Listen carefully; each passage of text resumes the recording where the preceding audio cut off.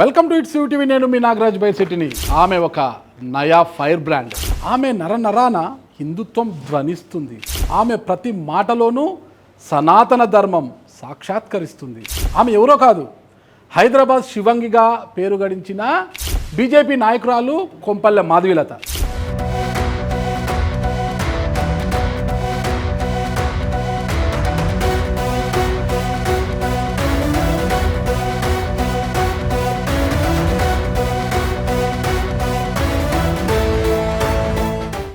Telangana BJP నాయకురాలు కొంపెల్ల మాధవీలత గారు మన స్టూడియోకి వచ్చేశారు.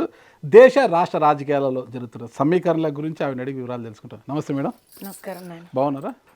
ఫస్ట్ ప్రశ్న మిమ్మల్ని ఇబ్బంది పెడుతుందేమో అనిపిస్తుంది, కోపగించుకోవద్దండి. స్ట్రైట్గా అడుగుతున్నా, ఓకేనా? స్ట్రైట్గా అడుగుతున్నా, స్ట్రైట్గా చెప్పండి. మరి ఇబ్బంది కాదు, వ్యక్తిగతం కాదు, ఇది ఏం పర్లేదు. కొంపెల్ల మాధవీలత గారి మానసిక పరిస్థితి బాగానే ఉందా? ఏం పా, నాకు నన్ను చూస్తుంటే ఏమన్నట్లే తేడా కనిపించిందా? ఏమి చాలా మంది నుంచి వస్తున్న ప్రశ్న ఇది. మానసిక పరిస్థితి బాగోలేదు, ఒక్కొక్కసారి ఒక్కలా ఉంటారు, ట్రైన్ ఎక్కుతారు, చిత్ర వాయించే పాటలు పాడతారు, రామ భజనలు చేస్తారు, రామకీర్తనలు, సనాతని అంటారు, మరొకసారి మసూదలకు వెళ్తారు, చెద్దరు కప్పుకుంటారు, ఉప్పు చేసుకుంటారు, అన్ని రకరకాలుగా. అసలు ఏం అర్థం కావడం లేదు మాకు ఆమె ప్రవర్తన. ఆమె మానసిక పరిస్థితి బాగుందా లేదా అని చాలా మంది చర్చించుకుంటున్నారు. అదే ప్రశ్న నేను మిమ్మల్ని అడిగాను. చాలా సంతోషం. మీకేమైనా ఇబ్బంది లేకపోతే చెప్పండి. నాకు సంతోషమా, ఇబ్బంది దాకపోతే విను. నాకు ఎంత ఆనందంగా ఉంది ఆ ప్రశ్న విని. ఎందుకంటే ఒక చక్కటి ప్రశ్న ఒక జర్నలిస్ట్ వేసినప్పుడే నిజాలు బయటకు వస్తాయి. సో ముందు చెక్కభజన నుంచి మొదలు పెడదాం. ఓకే.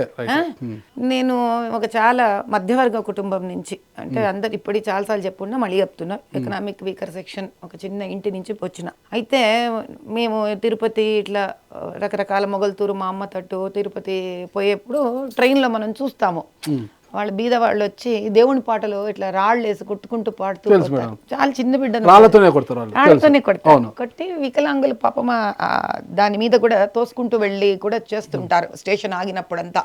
చాలా చిన్న బిడ్డను చూసినప్పుడు నాకు అనిపించేది అనమాట, అయ్యో ఇది ఎంత బీదరికం కదా వీళ్ళకు. మాదే బీదరికం అంటే వాళ్ళని చూస్తే నేను చాలా రిచ్ ఫీలింగ్ వచ్చేసాను నాకు. అయ్యో నా దగ్గర దేవుడు బాగా దండికి డబ్బులు ఇచ్చినాడే, నేను కనీసం సెకండ్ క్లాస్లో తిరుగుతున్నాను, పాప చిన్న పిల్లలు ఎట్లా పోతున్నారని ఒకతట్టుంటే, సహజంగా చిన్నప్పటి నుంచి డాన్సర్ కదా నేను, వాళ్ళు చిటికలు కొడితే నాకు ఒక తాళం భలే ఉండేది. వాళ్ళు పాడే పద్ధతి కూడా ఒక భలే నచ్చేది నాకు. ఎస్పెషల్లీ మీకు ఏడు కొండల వాడని భలే పాడతారు వాళ్ళు. చిన్నతనంలో సినిమా థియేటర్ లేకపోతే ఫస్ట్ అదే పాట వచ్చేది. వాళ్ళు కూడా పాడే పాటలలో ఇవి దండి ఉండేది. సో అది ఒక ఆశ్చర్యం వేసేది. అంటే ఒక భక్తి పాటని వాళ్ళదైన పద్ధతిలో తాళయుక్తంగా అట్లా పాడుకొని పోయితే కొన్ని అలా మిగిలిపోయినాయి.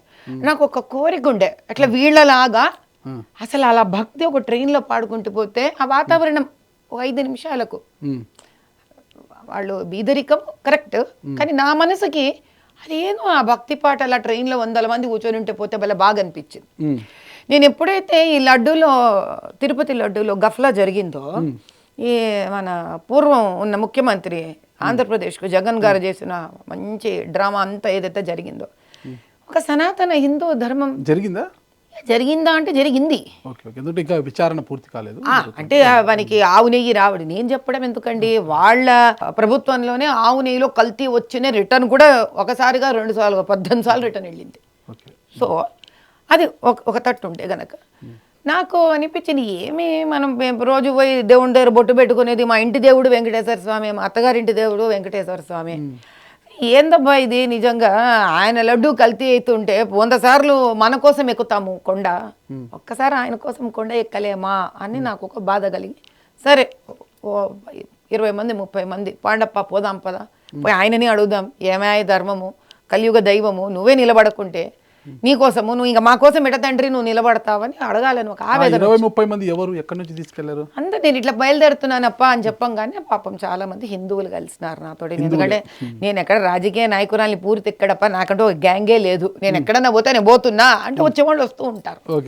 అట్లా ట్రైన్లో పోయినాక నాకు ఈ చిన్నతనం జ్ఞాపకం గుర్తుకొచ్చి, పోయేదే ఆయన గురించి, ఊగే ఈ రాజకీయం ఆ రాజకీయం మాట్లాడుకుంటూ మీ ఇంట్లో బాగుందా మా ఇంట్లో బాగుందా మాటలు ఎందుకు, అదేదో దేవుని మీదనే సమయం గడపాలా, ఆయనని ఇక్కడి నుంచే మనం ప్రార్థిస్తూ వెళ్ళాలా, అని ఒక థాట్ రాగానే సరే వెంకటేశ్వర స్వామి భజన మొదలు పెడితే భజనలు మొదలు పెట్టానే మా అందరిలో మంచి ఊపు వచ్చాయి.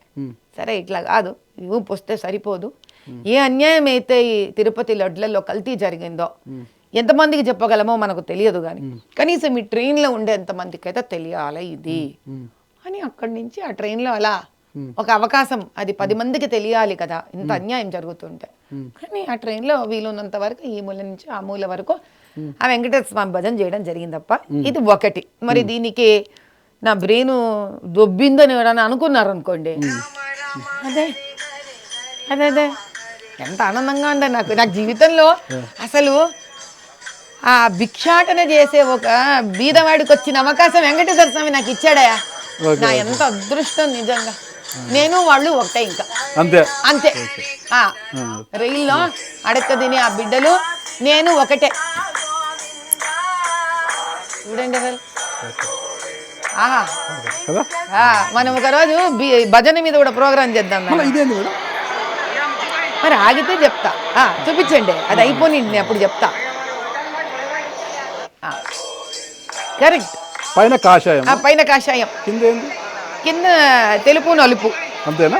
అంతే. అది ఏందో చెప్తా ఇప్పుడు. పై కథ అయిపోయి కదా. ఇప్పుడు రైలు వరకు అర్థమైందా నా మానసిక పరిస్థితి? అర్థమైందా అప్ప? క్లారిటీ వచ్చేనా? ఇప్పుడు మీరు కింద స్క్రోల్ చేస్తారు. అయితే నేను పుట్టి బుద్ధిరిగి సంతోష్ నగర్ కాలనీలోనే చదువుకున్నాను, పెద్దదాన్ని అయినాను. హైదరాబాద్ సంతోష్ నగర్ కాలనీ. అవునప్ప, యాకత్పుర కాన్స్టిట్యూన్సీ. నా క్లాస్లో చాలా మంది ముస్లిమ్స్. ఎందుకంటే ఆ రోజు నుంచి ఈ రోజు వరకు కూడా ముస్లిం సంఖ్య జనాభా దండిగానే ఉంది. కానీ ఆ రోజులలో అంటే 1980 చిల్లర్లు మాకు పెద్దగా హిందూ, ముస్లింలు, క్రిస్టియన్స్, ఈ చిన్న వర్గాలు, పెద్ద వర్గాలు ఇవన్నీ ఆ కాలంలో మాకేం తెలియదు. మా క్లాస్మేట్స్ అంతా కూడా ఆడపిల్లలు ఎవరు ఆ కాలంలో బురకాలు వేసుకొని వచ్చేది కూడా మాకు తెలియదు నిజం చెప్పాలంటే. అలా అందులో 2-3 బాగా డాక్టర్లు అయ్యి ఫారిన్ అంతా కూడా పోయినారు. ఏమో ఎంతసేపు కలిసిమెలిసి ఉండేది, చదువుకునేది, ఆడుకునేది, ఇండ్లకి వెళ్ళిపోయేదే తెలుసు. తర్వాత కర్ఫ్యూలు, పెద్ద పెద్ద గొడవలు, చంపుకోవడాలు, చచ్చిపోవడాలు, అవంతా నాకు మనసులో చాలా కల్లోలం. ఇదే ఒక తట్టు జరుగుతూ ఉంటే అంటే మనకి బార్కాసు, షాలిబండ, ఈ డబీర్పుర ఇవన్నీ జరుగుతూ ఉంటే సంతోష్ నగర్ కాలనీ వచ్చేసరికి ఏమైందంటే అంత దండిగా హిందువులు ఉన్నారు అక్కడ, 1-2 ముస్లింలు ఉన్నారు. సో నా చిన్నతనంలో గుర్తున్న విషయం చెప్తున్నా మీకు. అప్పుడు మేము మా పెద్దవాళ్ళంతా అక్కడ ఉన్న వాళ్ళ ముస్లింలు అడిగినారు, ఏంపా మీరు చూడండి ఇక్కడ మీరు సేఫ్ అనుకుంటేనే ఉండండి, లేకుంటే మీరు ఇక్కడి నుంచి ఖాళీ చేయాలనుకుంటే మేము తాళాలు వేసుకొని మేము చూసుకొని ఉంటాము, అంతా శాంతమైనాక మీరు తిరిగి రావచ్చు అని వాళ్ళకి ఆప్షన్ ఇవ్వడం జరిగింది. వాళ్ళు ఏమన్నారు, లేదప్ప మేము ఇక్కడే సేఫ్, మేము ఇక్కడే ఉంటాము అని అనడం కూడా జరిగింది. మా ఇంటి పక్కన ఇంట్లోనే ముస్లింలు కానిస్టేబుల్ ఉండేవాడు, ఆయన చిన్న వయసు వాళ్ళు. సో బయటికి పోతే గనక డ్యూటీల మీద పాప మాకు చెప్పిపోయేవాడు, అమ్మ చిన్న చిన్న బిడ్డలు ఉన్నారు అంటే, నేను చిన్నది మా అమ్మ వాళ్ళకు మా నాయనకి చెప్పిపోయేవాడు. సో అట్లా మేము అతని వాళ్ళని చూసుకుంటూ ఉండేవాళ్ళం. అంటే నేను చెప్పొచ్చేది ఏమి అంటే, మాకు ఎక్కడా కూడా అంత డీప్ ఓల్డ్ సిటీలో అంతా చంపుకోవడాలు, నరుక్కోవడాలు, అంటే మా ఫ్రెండ్స్ హిందువుల వాళ్ళ కుటుంబాలన్నీ చనిపోవడం ఇవన్నీ విన్నాం, బాధాకరమైనవి. కానీ కాలనీ వరకు నిజంగానే ఒక ముస్లిం పక్కన ఇంట్లో ఉన్న క్లాస్మేట్స్లో ముస్లిమ్స్ ఉన్నా, మా తమ్ముని ఫ్రెండ్లు ముస్లిమ్స్ ఉన్నా, వాళ్ళ నుంచి మేము ఎప్పుడు కూడా ఇంత ద్వేషం చూడలేదు. ఇది నాకు ఒక పెద్ద ప్రశ్న మళ్ళీ. అట్లా అంటే నేను పెరిగినది ఏది కూడా సామాన్యమైన వాతావరణంలో పెరగలేదు నేను. ఇంకా మనం సాధారణమైన కుటుంబం, మా సాధారణ కుటుంబం, కానీ విని పెరిగిన వాతావరణం ఎట్లా. ఇప్పుడు మీరు జూబిలీస్లో పెరిగినారు కూడా ఇవన్నీ వినరు మీరు, మీరే సికింద్రాబాద్లో పెరిగినారు ఇవన్నీ వినరు మీరు, మీరు మారడపల్లిలో పెరిగినారు ఇవన్నీ వినరు. కానీ మీరు యాకత్పురాలో పెరిగితే, నేను పుట్టిన పెరిగిన కాలంలో మన ఫ్రెండ్లు ఒక తీరు ఉంటారు, మన కాలనీ అంతా ఒక మాదిరి ఉంటుందో, అక్కడ వినిపించే డీప్ ఇంటీరియర్స్ నుంచి ఒకలాగా వినిపిస్తూ ఉంటాయి విషయాలు, బాధలు, కర్ఫ్యూలు, నెలలు స్కూళ్ళే మాకు. అయితే అసదుద్దీన్, అక్బరుద్దీన్ వీళ్ళు మాత్రం చాలా అరాచకాలు చేస్తూ ఉంటారు, చంపుతుంటారు. ఇది విని విని విని విని పెరిగినాను. అత్త ఎన్టీ రామారావు గారు వచ్చి ఉన్నారు, కర్ఫ్యూలు బంద్ అయినాయి. ఇంతే నేను విని పెరిగింది. సరే పెరిగినా పెద్దదాన్నైనా మా ఇంటికి వెనక ముస్లింలు ఉండేవాళ్ళు, రంజాన్కి షీర్ కుర్మా ఇంటికి వచ్చేది, మా ఇంట్లో పండగ అయితే పులిహోర, అప్పడాలు, పాయసాలు వాళ్ళ ఇళ్ళకి పోయేవి. మేడం చిన్న అనుమానం చెప్పండి అప్ప.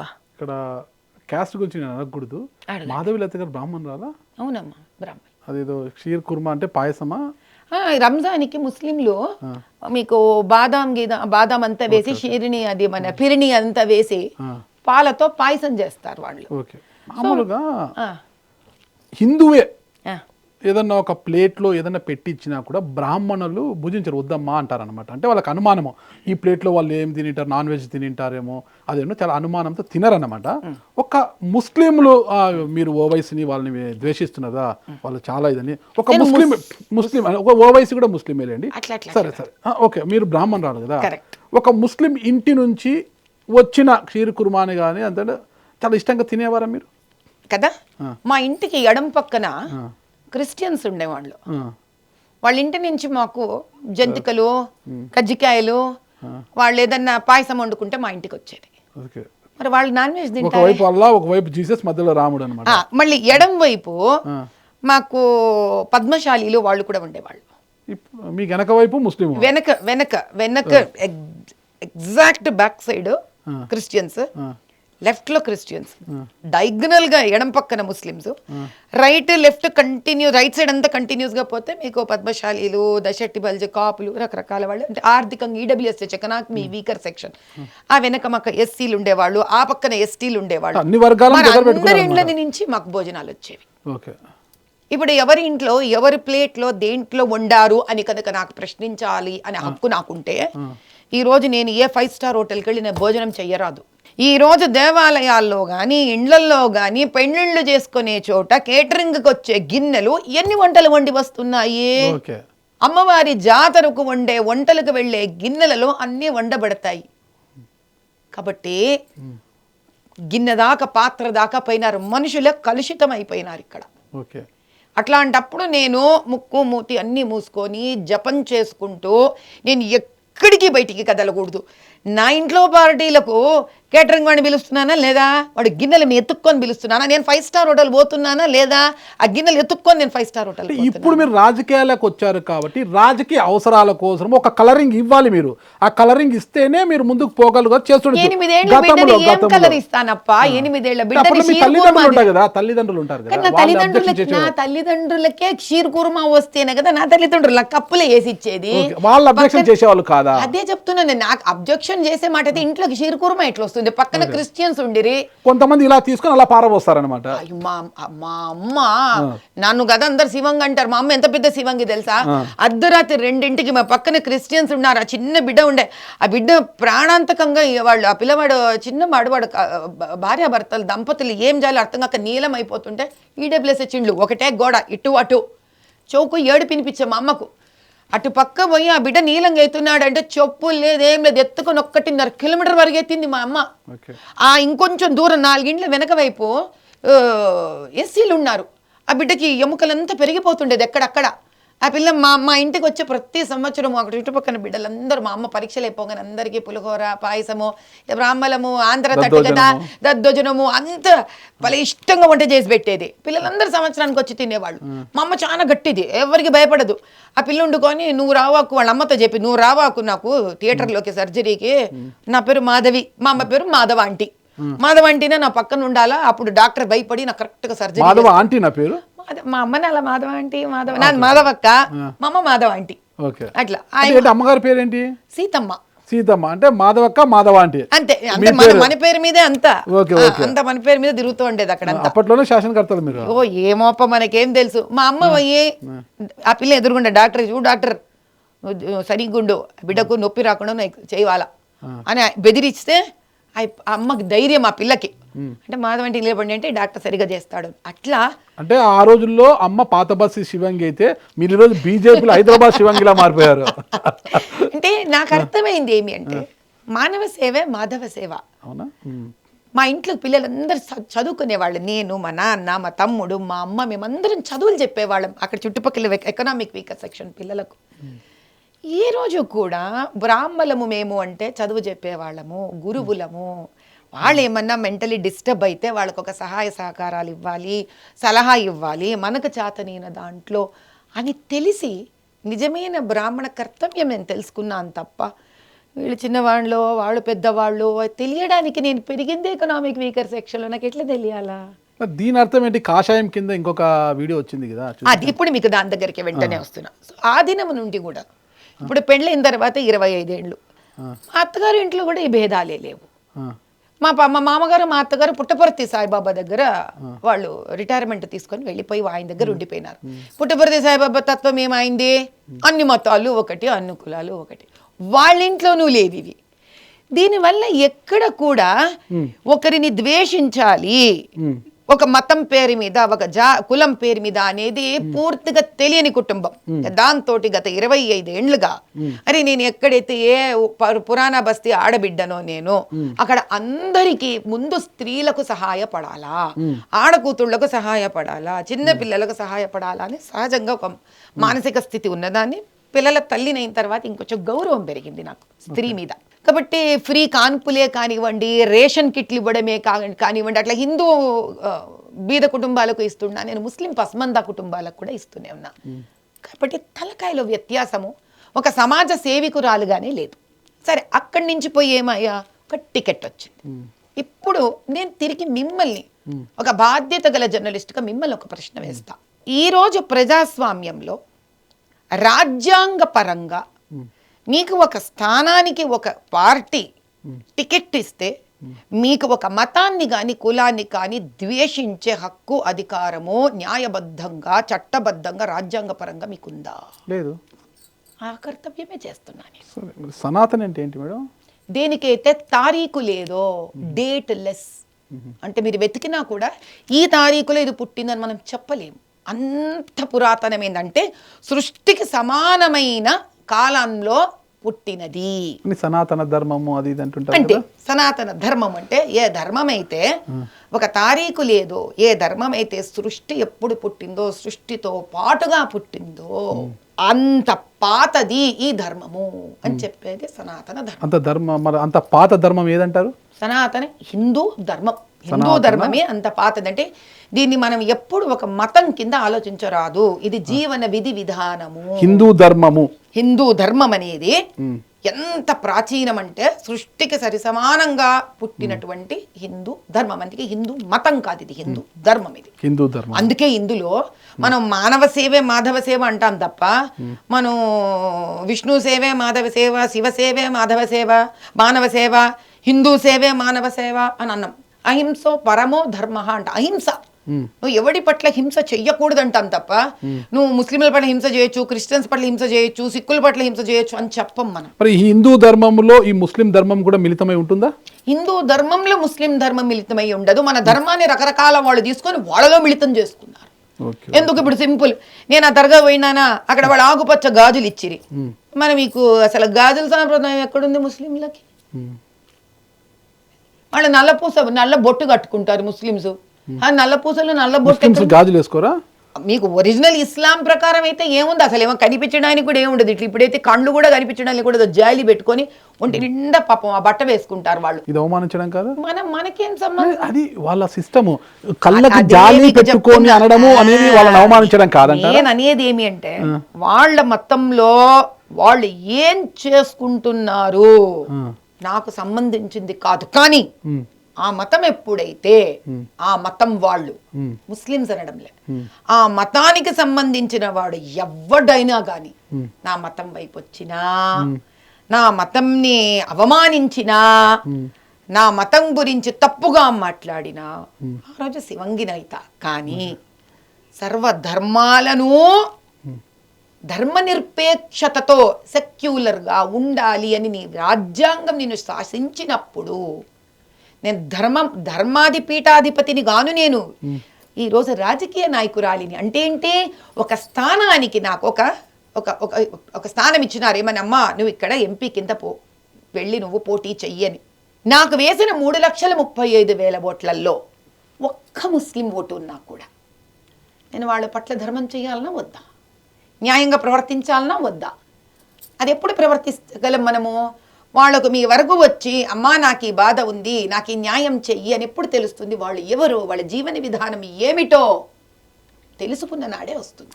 మరి ఈ సనాతన ధర్మము, ఈ కాషాయపు దుస్తులు, ఈ బొట్టు, మెల్లు, అప్పుడప్పుడు మళ్ళీ రుద్రాక్ష మాలలు ఇవన్నీ ఎందుకు? మామూలుగా ఇది నా గుర్తింపు కదా, ఇది నేను సెక్యులరిస్టు అన్నప్పుడు మాధవీలత గారు ఆ కాషాయపు వస్త్రాలు ధరిస్తేనే గుర్తింపు వస్తుందా?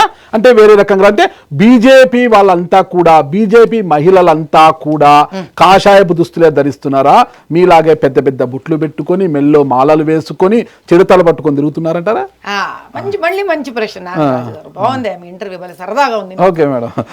నేను ముందు మాధవీలతగా సనాతన హిందూ ధర్మంలో పుట్టి ఆ ధర్మాన్ని నేర్చుకొని ఆ ధర్మంలో ఉన్న ధర్మము నా ప్రతి రక్తపు బిందువులో తిరుగుతున్న తర్వాతనే 10 మందికి మంచి చెయ్యాలని భావనను నాకు ఆ సంస్కారం నాకు ఇచ్చింది. ఇది నా గుర్తింపు, నా ఉనికి, నా వ్యక్తిత్వం, మేరీ పెహచాన్. ఇది ముస్లిం కాదు, ఉర్దూ మాట్లాడుతున్నా, ఉర్దూ కాదు, పెహచాన్ అనే చక్కగా తెలుగు హిందీ పదం. హిందీ అదే హిందీ ఉర్దూ ఏం రాదులేండి. అంటే వినేవాళ్ళు ఇది ఉన్నా కూడా తక్కువ పట్టుకుంటే నాగరాజు గారి ఇంటర్వ్యూ బాగా చూస్తారు కదా అని చెప్పి అట్లా అంతలేదు. ఇంకొక ప్రశ్న మీరు, కాబట్టి దీనికి ఇంకో స్ఫూర్తి కూడా ఉంది. ఎవరెవరైతే ఈ రకంగా ప్రశ్న వేస్తున్నారో వాళ్ళని ఒక్కటే ప్రశ్న వేస్తా, రెండు కూడా వెయ్యను. అపర యోగి రామకృష్ణ పరమహంస గారిని ఎవరైనా అతను తప్పు అనగలరా? అనలేరు. ఎందుకు? మరి ఆయన కూడా ఒక నెల రోజుల పాటు 5 సార్లు నమాజ్ చదివినాడే, ఆయన క్రిస్టియన్ లాగా జీవన విధానాన్ని కూడా ఆయన చూపించినాడే, వాళ్ళు సాక్షాత్కారం అయినారని ఆయన అన్నాడే. ఆయన తప్పు కానిది నేనెట్లా తప్పైనాను? రాజకీయ పరంగా అందరినీ అర్థం చేసుకొని అందరికీ నేను ఉన్నాను అని రాజ్యాంగబద్ధంగా చెప్పాల్సిన బాధ్యత ఉన్న నేను తప్పైతే పుట్టపర్తి సాయిబాబా కూడా తప్పే కదా. అట్లాంటప్పుడు వారందరూ కూడా మీలాగా హిందూ ధర్మాన్ని, సనాతన ధర్మాన్ని నేనే ఉద్ధరిస్తున్నాను, దానికి ఆధారాలు నేనే అన్నట్టుగా ట్రైన్ లో చిడతలు కొట్టుకోవడము, హిందూ ధర్మాన్ని పాటిస్తున్నట్లుగా ఉండడము, అసలు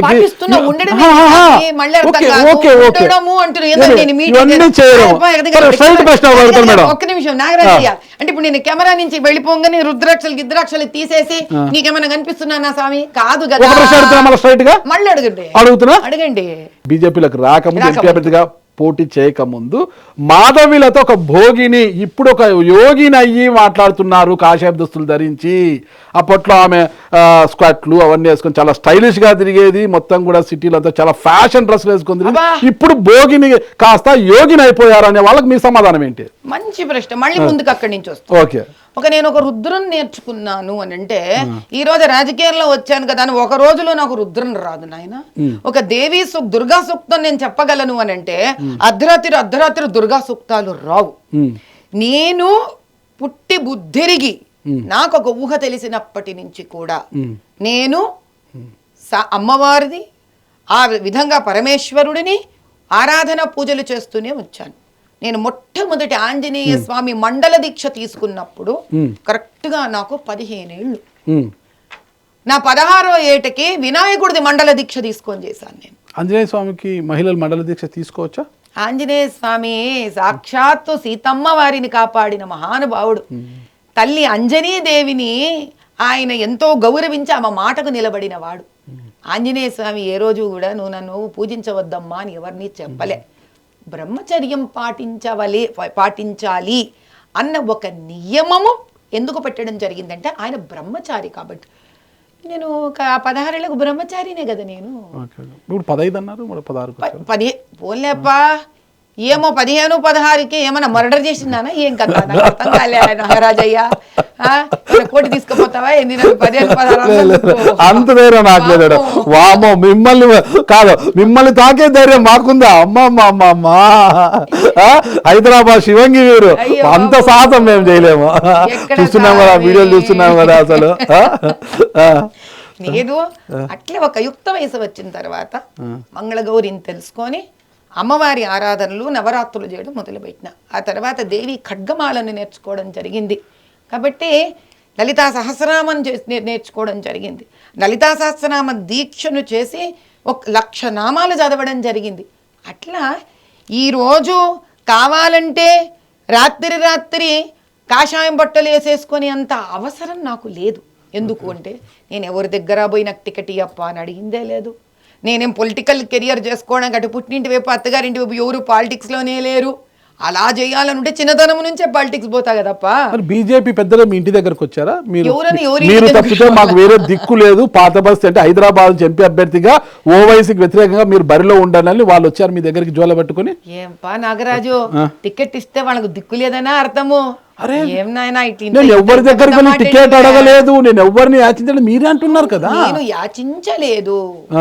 అటువంటి యాచించని వ్యక్తికి టికెట్ ఇవ్వాలనే పెద్ద మనసు వాళ్ళకు ఉండకూడదా? ఎలా వచ్చింది మీకు? రాజకీయాల సంబంధం లేదు. మళ్ళీ బాగుంది బాబా. నేను నాగరాజు గారికి అంత శబాష.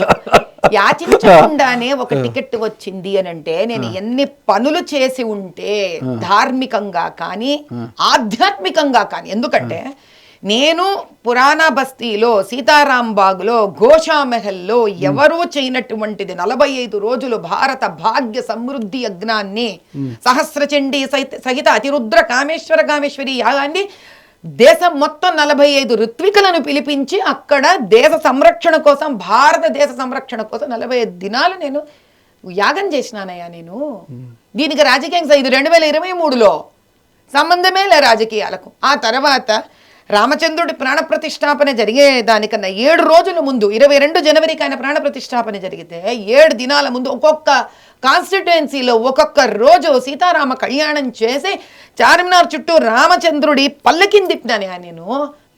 అవన్నీ రాజకీయాలు కూడా యజ్ఞాలు, యాగాలు, పూజలు, పునస్కారాలు చేస్తారు. మళ్ళీ ఇంకో తట్టు అట్లనే ముస్లిం బస్తీలలో, ఎక్కడ బడుగు వర్గ ముస్లిం బస్తీలలో మీ తలాప్ కట్ట గిలాప్ కట్ట ఏరియా అంతా ఎవరికైతే ఒక్క బొమ్మను చూద్దాం ఎవరికన్నా ధైర్యం ఉంటే ఆ జాగాలలో అట్లా మన ఎస్సీ నాయకుల మన బస్తీలలో అంతా మెడికల్ క్యాంప్స్ 1-2 సుమారు 700-800 మెడికల్ క్యాంప్స్ చేసిన నేను.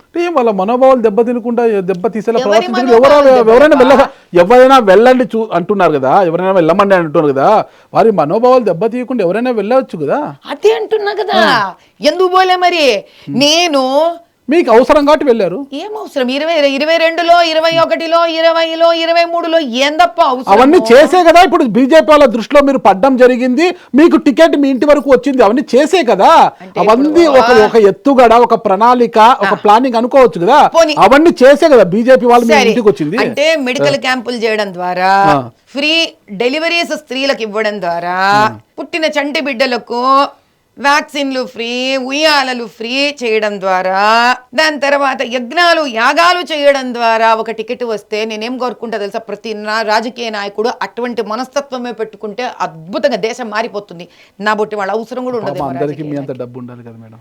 ఇది మనసుకు సంబంధించిందప్ప, డబ్బుకు సంబంధించింది. మనసు మనీ రెండు మేడం.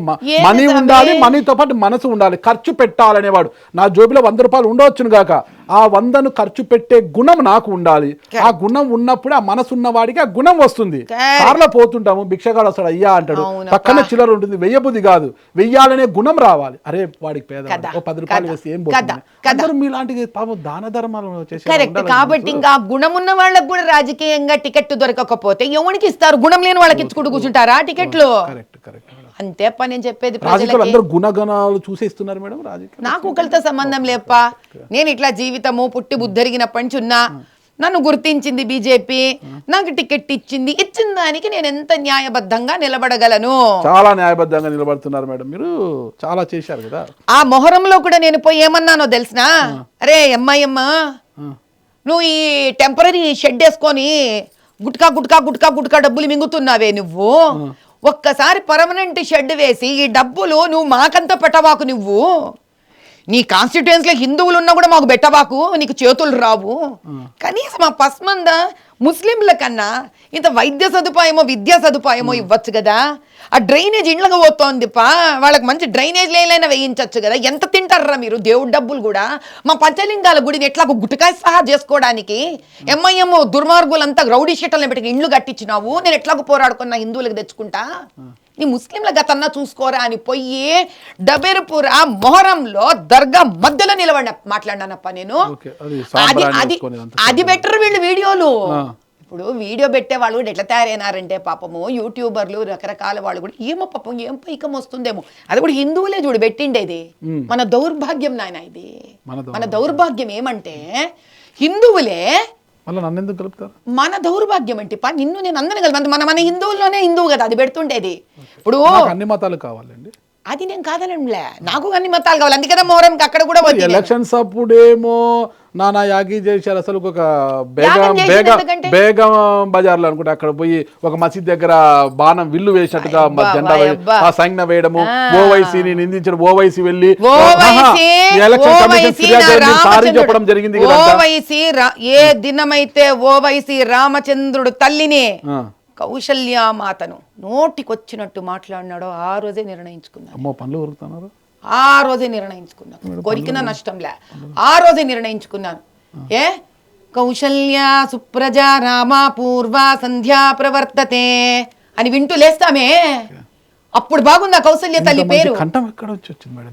ఏమో అదొక వేరే విషయం దీప. మంచి నృత్యకారిని, మంచి కంఠం, మంచి గాయని. ఆ భాగ్యలక్ష్మి అమ్మవారి దగ్గర లక్ష్మీం క్షీర సముద్ర రాజతనయాం శ్రీరంగధామేశ్వరి మహాలక్ష్మిని పోయి పూజిస్తాము. ఆ భాగ్యలక్ష్మి అమ్మవారిని అక్బరుద్దీన్ గాడు గిన్నెలు దోముతుందా అని నోటికొచ్చినట్టు మాట్లాడితే రక్తం ఉడకదా? ఆ ఇద్దరిని టార్గెట్ చేసిన చూడప్ప నేను చెప్తున్నా. ఏం చేస్తారు మేడం? రాజకీయం జాలయా? నిజాలను బయటకు తీసుకొస్తా నేను. ఎంతమంది గూండాలతో రౌడీ షీటర్లను పోషించి అటు హిందువులను మన నుంచే ధర్మ మార్పిడి చేసి ముస్లింలుగా రజాకార్ల టైంలో కొట్టి నాశనం చేసిన వాళ్ళయ్యా పస్మందాలు. అందుకే వాళ్ళంటే నాకు అంత అభిమానము. నేను ఎందుకు పోతా అక్కడికి?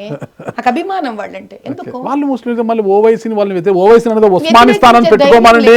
మహమ్మద్ అలీ జిన్నా కన్నా క్రూరుడు అనేసి ఓవైసీని విమర్శించారు. అసలుకి లవ్ జిహాద్ పట్ల కూడా చాలా క్రూరంగా వ్యవహరించారు మీరే. అవును నేనే చెప్తున్నా. మరి అసదుద్దీన్ అక్బరుద్దీన్ పెద్దలు ఏమనుకున్నారు? రాష్ట్రంలో కావచ్చు ఢిల్లీ పెద్దలు, అయ్యో మన హిందూ ధర్మాన్ని కాపాడడానికే మన మాధవిలత గారు వచ్చారు అనుకున్న వారు ఉన్నట్టుండి మొహరం వేడుకల్లో పాల్గొని చెద్దరు కప్పుకోవడము, సాంబ్రాన్ని వేసుకోవడము, దాంతో ఇలా తల మీద అనిపించుకుంటారు అది అంటారు నెమలీకలతో. వాడేదో అంటాడప్ప. ఏంటి మాధవిలత గారు మొన్నంతా ఇలా బీజేపీ వాళ్ళు అనింది. బీజేపీ వాళ్ళు ఎవరనిలే గమ్మున ఊరికి బీజేపీ పేరేసుకొని వీళ్ళెవరో పాపులారిటీ డబ్బులు తీసుకొని తెచ్చుకుంటున్నారు. అక్కడ పోయి నేను తిట్టేసి వచ్చిన ఎంఐఎం వాళ్ళని. నేడు ఇలా ఏంటిది నాడు నేడు అని పెడతారు. ప్రధానమంత్రి మోదీ గారు సబ్కా సాత్ సబ్కా వికాస్ అన్నారు. నా నాయకుడు ఎవరు? అధిష్టానంలో కూర్చున్న మోదీ గారు. ఆయన ఏమైనా చెప్పినాడా ఏ దినమైనా మా బీజేపీ వాళ్లకు మీరు ముస్లింల దగ్గర పోవాకండి, వాళ్ళని ద్వేషించండి, వాళ్ళకి ఆదుకోవాకండి అని ఏ దినమన్నా ఆయన మాకు చెప్పినాడా? ఒక స్ట్రైట్ పాయింట్ మేడం మీకు ఇది చెప్పినాడా? లేదు చెప్పలేదు. రెండోది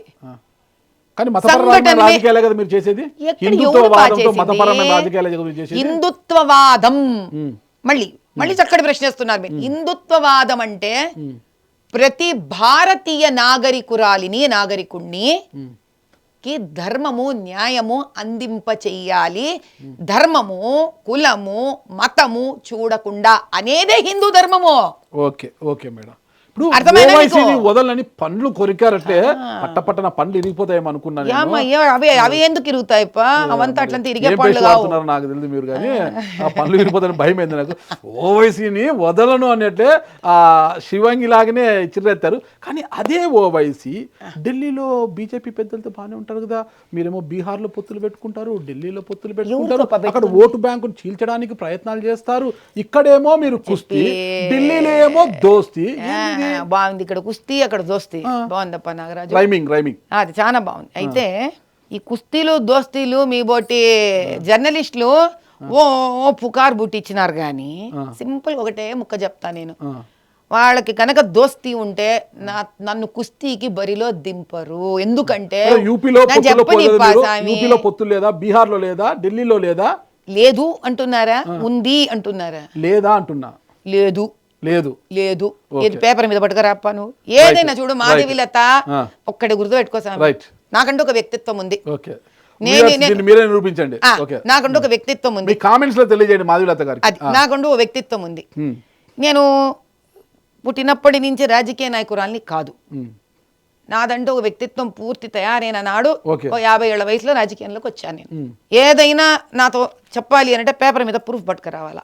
నేను ఎక్కడైనా పోయి పోరాడాలంటే కూడా ఇప్పుడు కలెక్టర్ గారితో పోరాడాలన్నా పంచలింగాల గుడికి ఫుల్ డాక్యుమెంటేషన్తో పోతా నేను. బీజేపీకి ఎంఐఎంకి పేపర్ మీద పొత్తుందని తీసుకురండి, ఆ దినం నేను ఈ ప్రశ్నకు సమాధానం ఇస్తాను. అంతవరకు లేదు. కామెంట్స్ రూమ్లో మీరు తెలియజేయండి, నేను కూడా చూపిస్తాను మేడం. ఇప్పుడు తీసుకురాలేదు. కామెంట్స్ రూమ్లో మీరు తెలియజేయండి. చాలా బలంగా అడుగుతున్నారు, మీరు మర్చిపోద్దండి. ఓకేనా? రైట్ మేడం, చెప్పండి. మరి ఇప్పుడు హిందూ మహిళలను ఎవరైనా అవమానిస్తే మీరు ఊరుకుంటారా? ఊరుకోవడమా? యూరప్ప చెప్పింది ఊరుకోవడం అంటే ఇక చాలా ఏమంటారంటే చీము రక్తం చచ్చిపోవడం అంత దూరం అనేదానికన్నా ముందే ఈ చెప్ప ఆ చెప్ప వాయగొడ తప్ప అయ్యో డిస్కషన్ లేదప్ప. హిందూ మహిళలకి ఒక ధర్మము, ముస్లిం మహిళలకు ఒక ధర్మము, అందరూ కూడా ఎవరి పద్ధతులు ఎవరి ఆచారాలు వాళ్ళకు ఉంటాయి మేడం. అవును ఉంటాయి. ఉంటాయి. మరి 2024 పార్లమెంట్ ఎన్నికల సమయంలో మలక్పేట ముస్లిం మహిళలు వాళ్ళ యొక్క పద్ధతి, అది వాళ్ళ ఆచారము. అంటే తమను వాళ్ళ భర్తలు తప్పితే ఇతర మగవాళ్ళు కావచ్చు బయట వాళ్ళు చూడకూడదు అనేది ఏదో ఒక ఆచారం అనేది వాళ్ళకు ఉంది అనమాట. వాళ్ళు మొత్తం కూడా కవర్ చేసుకుంటారు. ఈ ఆచారం ఖురాన్ లో లేదు. సరే మీకెందుకు అది? వాళ్ళ ఆచారాన్ని వాళ్ళని అనుమానం వస్తే ఎలక్షన్ కమిషన్ ఫిర్యాదు కానీ మీరు బుర్కాలు ఎత్తి చూడండి. మీ హిందూ మహిళలు ఎవరన్నా మాస్కులు కట్టుకొని వచ్చేసి ఆడిపోతుంటే ఎందుకు మాస్క్ వచ్చి నువ్వు దొంగ ఓటేస్తున్నావు అని తీసాడని చూశారా? మరి వారిని మాత్రమే ఎందుకు తీసి చూశారు మీరు? అది వారిని అవమానించడం కాదంటారా? ఒక మహిళగా, రాజకీయాలు పక్కన పెడతాం, ఒక మహిళగా మీరు ఆలోచన. రాజకీయాలు దేనికి? మహిళగానే సమాధానం ఇస్తా. చెప్పండి. ఫస్ట్ పాయింట్, నేను ఎవరినన్నా ముట్టుకొని బురకా పైన ఎత్తినట్టు నాగరాజు గారు ఏ వీడియోలన్నా చూసినారా? చూసినారా? సోషల్ మీడియాలో వచ్చా, నేను కూడా చూసినాను కదా. నేను బురకా ఎత్తినట్టు నాగరాజు గారు కెమెరా ముందు ఇరుక్కపోతారు మీరు. ఏం పర్వాలేదు. మీరు నేను ఏ స్త్రీనైనా ముట్టుకొని నా చేతులతో ఇట్లా బురకా పైకి తీయండి మీరు దొంగ ఓటేసేకి వచ్చారు, మీ ఐడి కార్డు మీరు ఫస్ట్ ఏమన్నారు? బురకా ముట్టుకున్నారు, ఎత్తినారన్నారు. నేను ఏ స్త్రీనైనా బురకా ముట్టుకొని పైకెత్తిన వీడియో ఉంటే బస్తీ మెసవాలి. ఈ రోజు అదే ట్రోల్ అవుతుంది కదా. ట్రోల్ కరెక్ట్ గా ట్రోల్. మీరు ఎంత కరెక్ట్ పదం వాడినారు. లేనిది అన్యాయంగా చెప్పేదాన్నే ట్రోల్ అంటారు. ఏం జరిగింది ఆ రోజు? ఇట్లా ప్రశ్న వేయాలి ఒక జర్నలిస్ట్. అదే కదా అడుగుతున్నా. లేదు మీరు అది అడగలే. మీరు ముట్టుకున్నారు, వాళ్ళ మతానికి విరుద్ధంగా పోయినారు, వాళ్ళ భర్తకు ఎవడికి ఫోటోలు మొహం చూపించారు అని అంటే దానికి ఫస్ట్ సమాధానం చెప్పి ధరం వేరే దానికి చెప్తా. ఓటర్ ఐడి కార్డు ఫోటో ఏమన్నా భర్త తీస్తున్నాడా కిచ్కా అని? ఎలక్షన్ మన ఆధార్ కార్డు ఫోటో మొగుడు వచ్చి మన కిచ్కా అని ఫోటో తీస్తున్నాడా?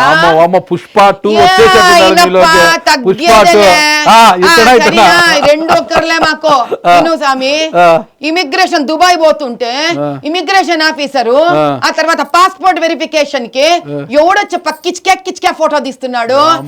రాజ్యాంగ పరంగా as per the constitution and election commission you have to show your face. నీ ముఖాన్ని నువ్వు ఓటర్ ఐడికి ఆధార్ కార్డ్ కి మ్యాచ్ చేస్తూ నీ ఫేస్ ను చూపించాలి. నువ్వు హిందూ అయినా సరే, ముస్లిం అయినా సరే, క్రిస్టియన్ అయినా సరే, సిక్ అయినా సరే, నువ్వు జైన్ అయినా సరే, నువ్వు హిందూ అయి మాస్క్ వేసుకున్నా సరే నాకు తేడా పడదు.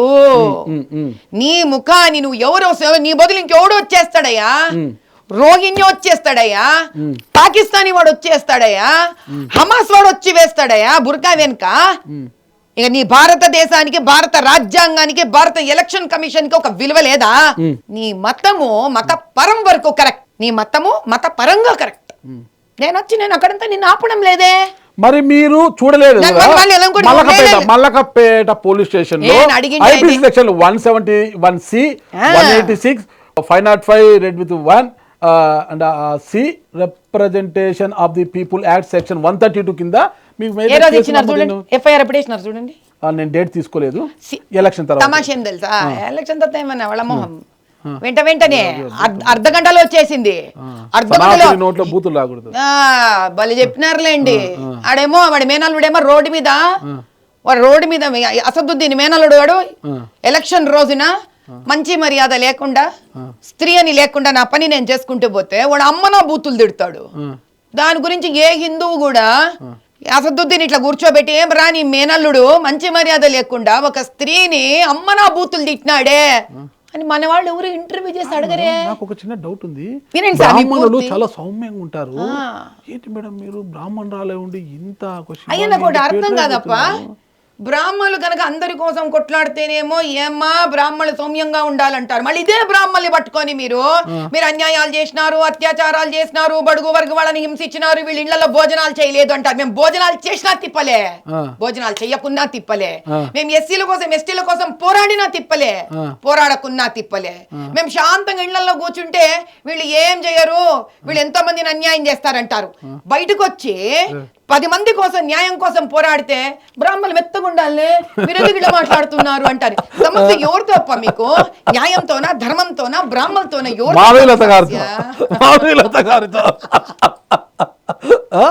తమాషా కూడా చెప్తా నాగరాజు గారు, ఈరోజు మీరు తెలుసుకోవాలా.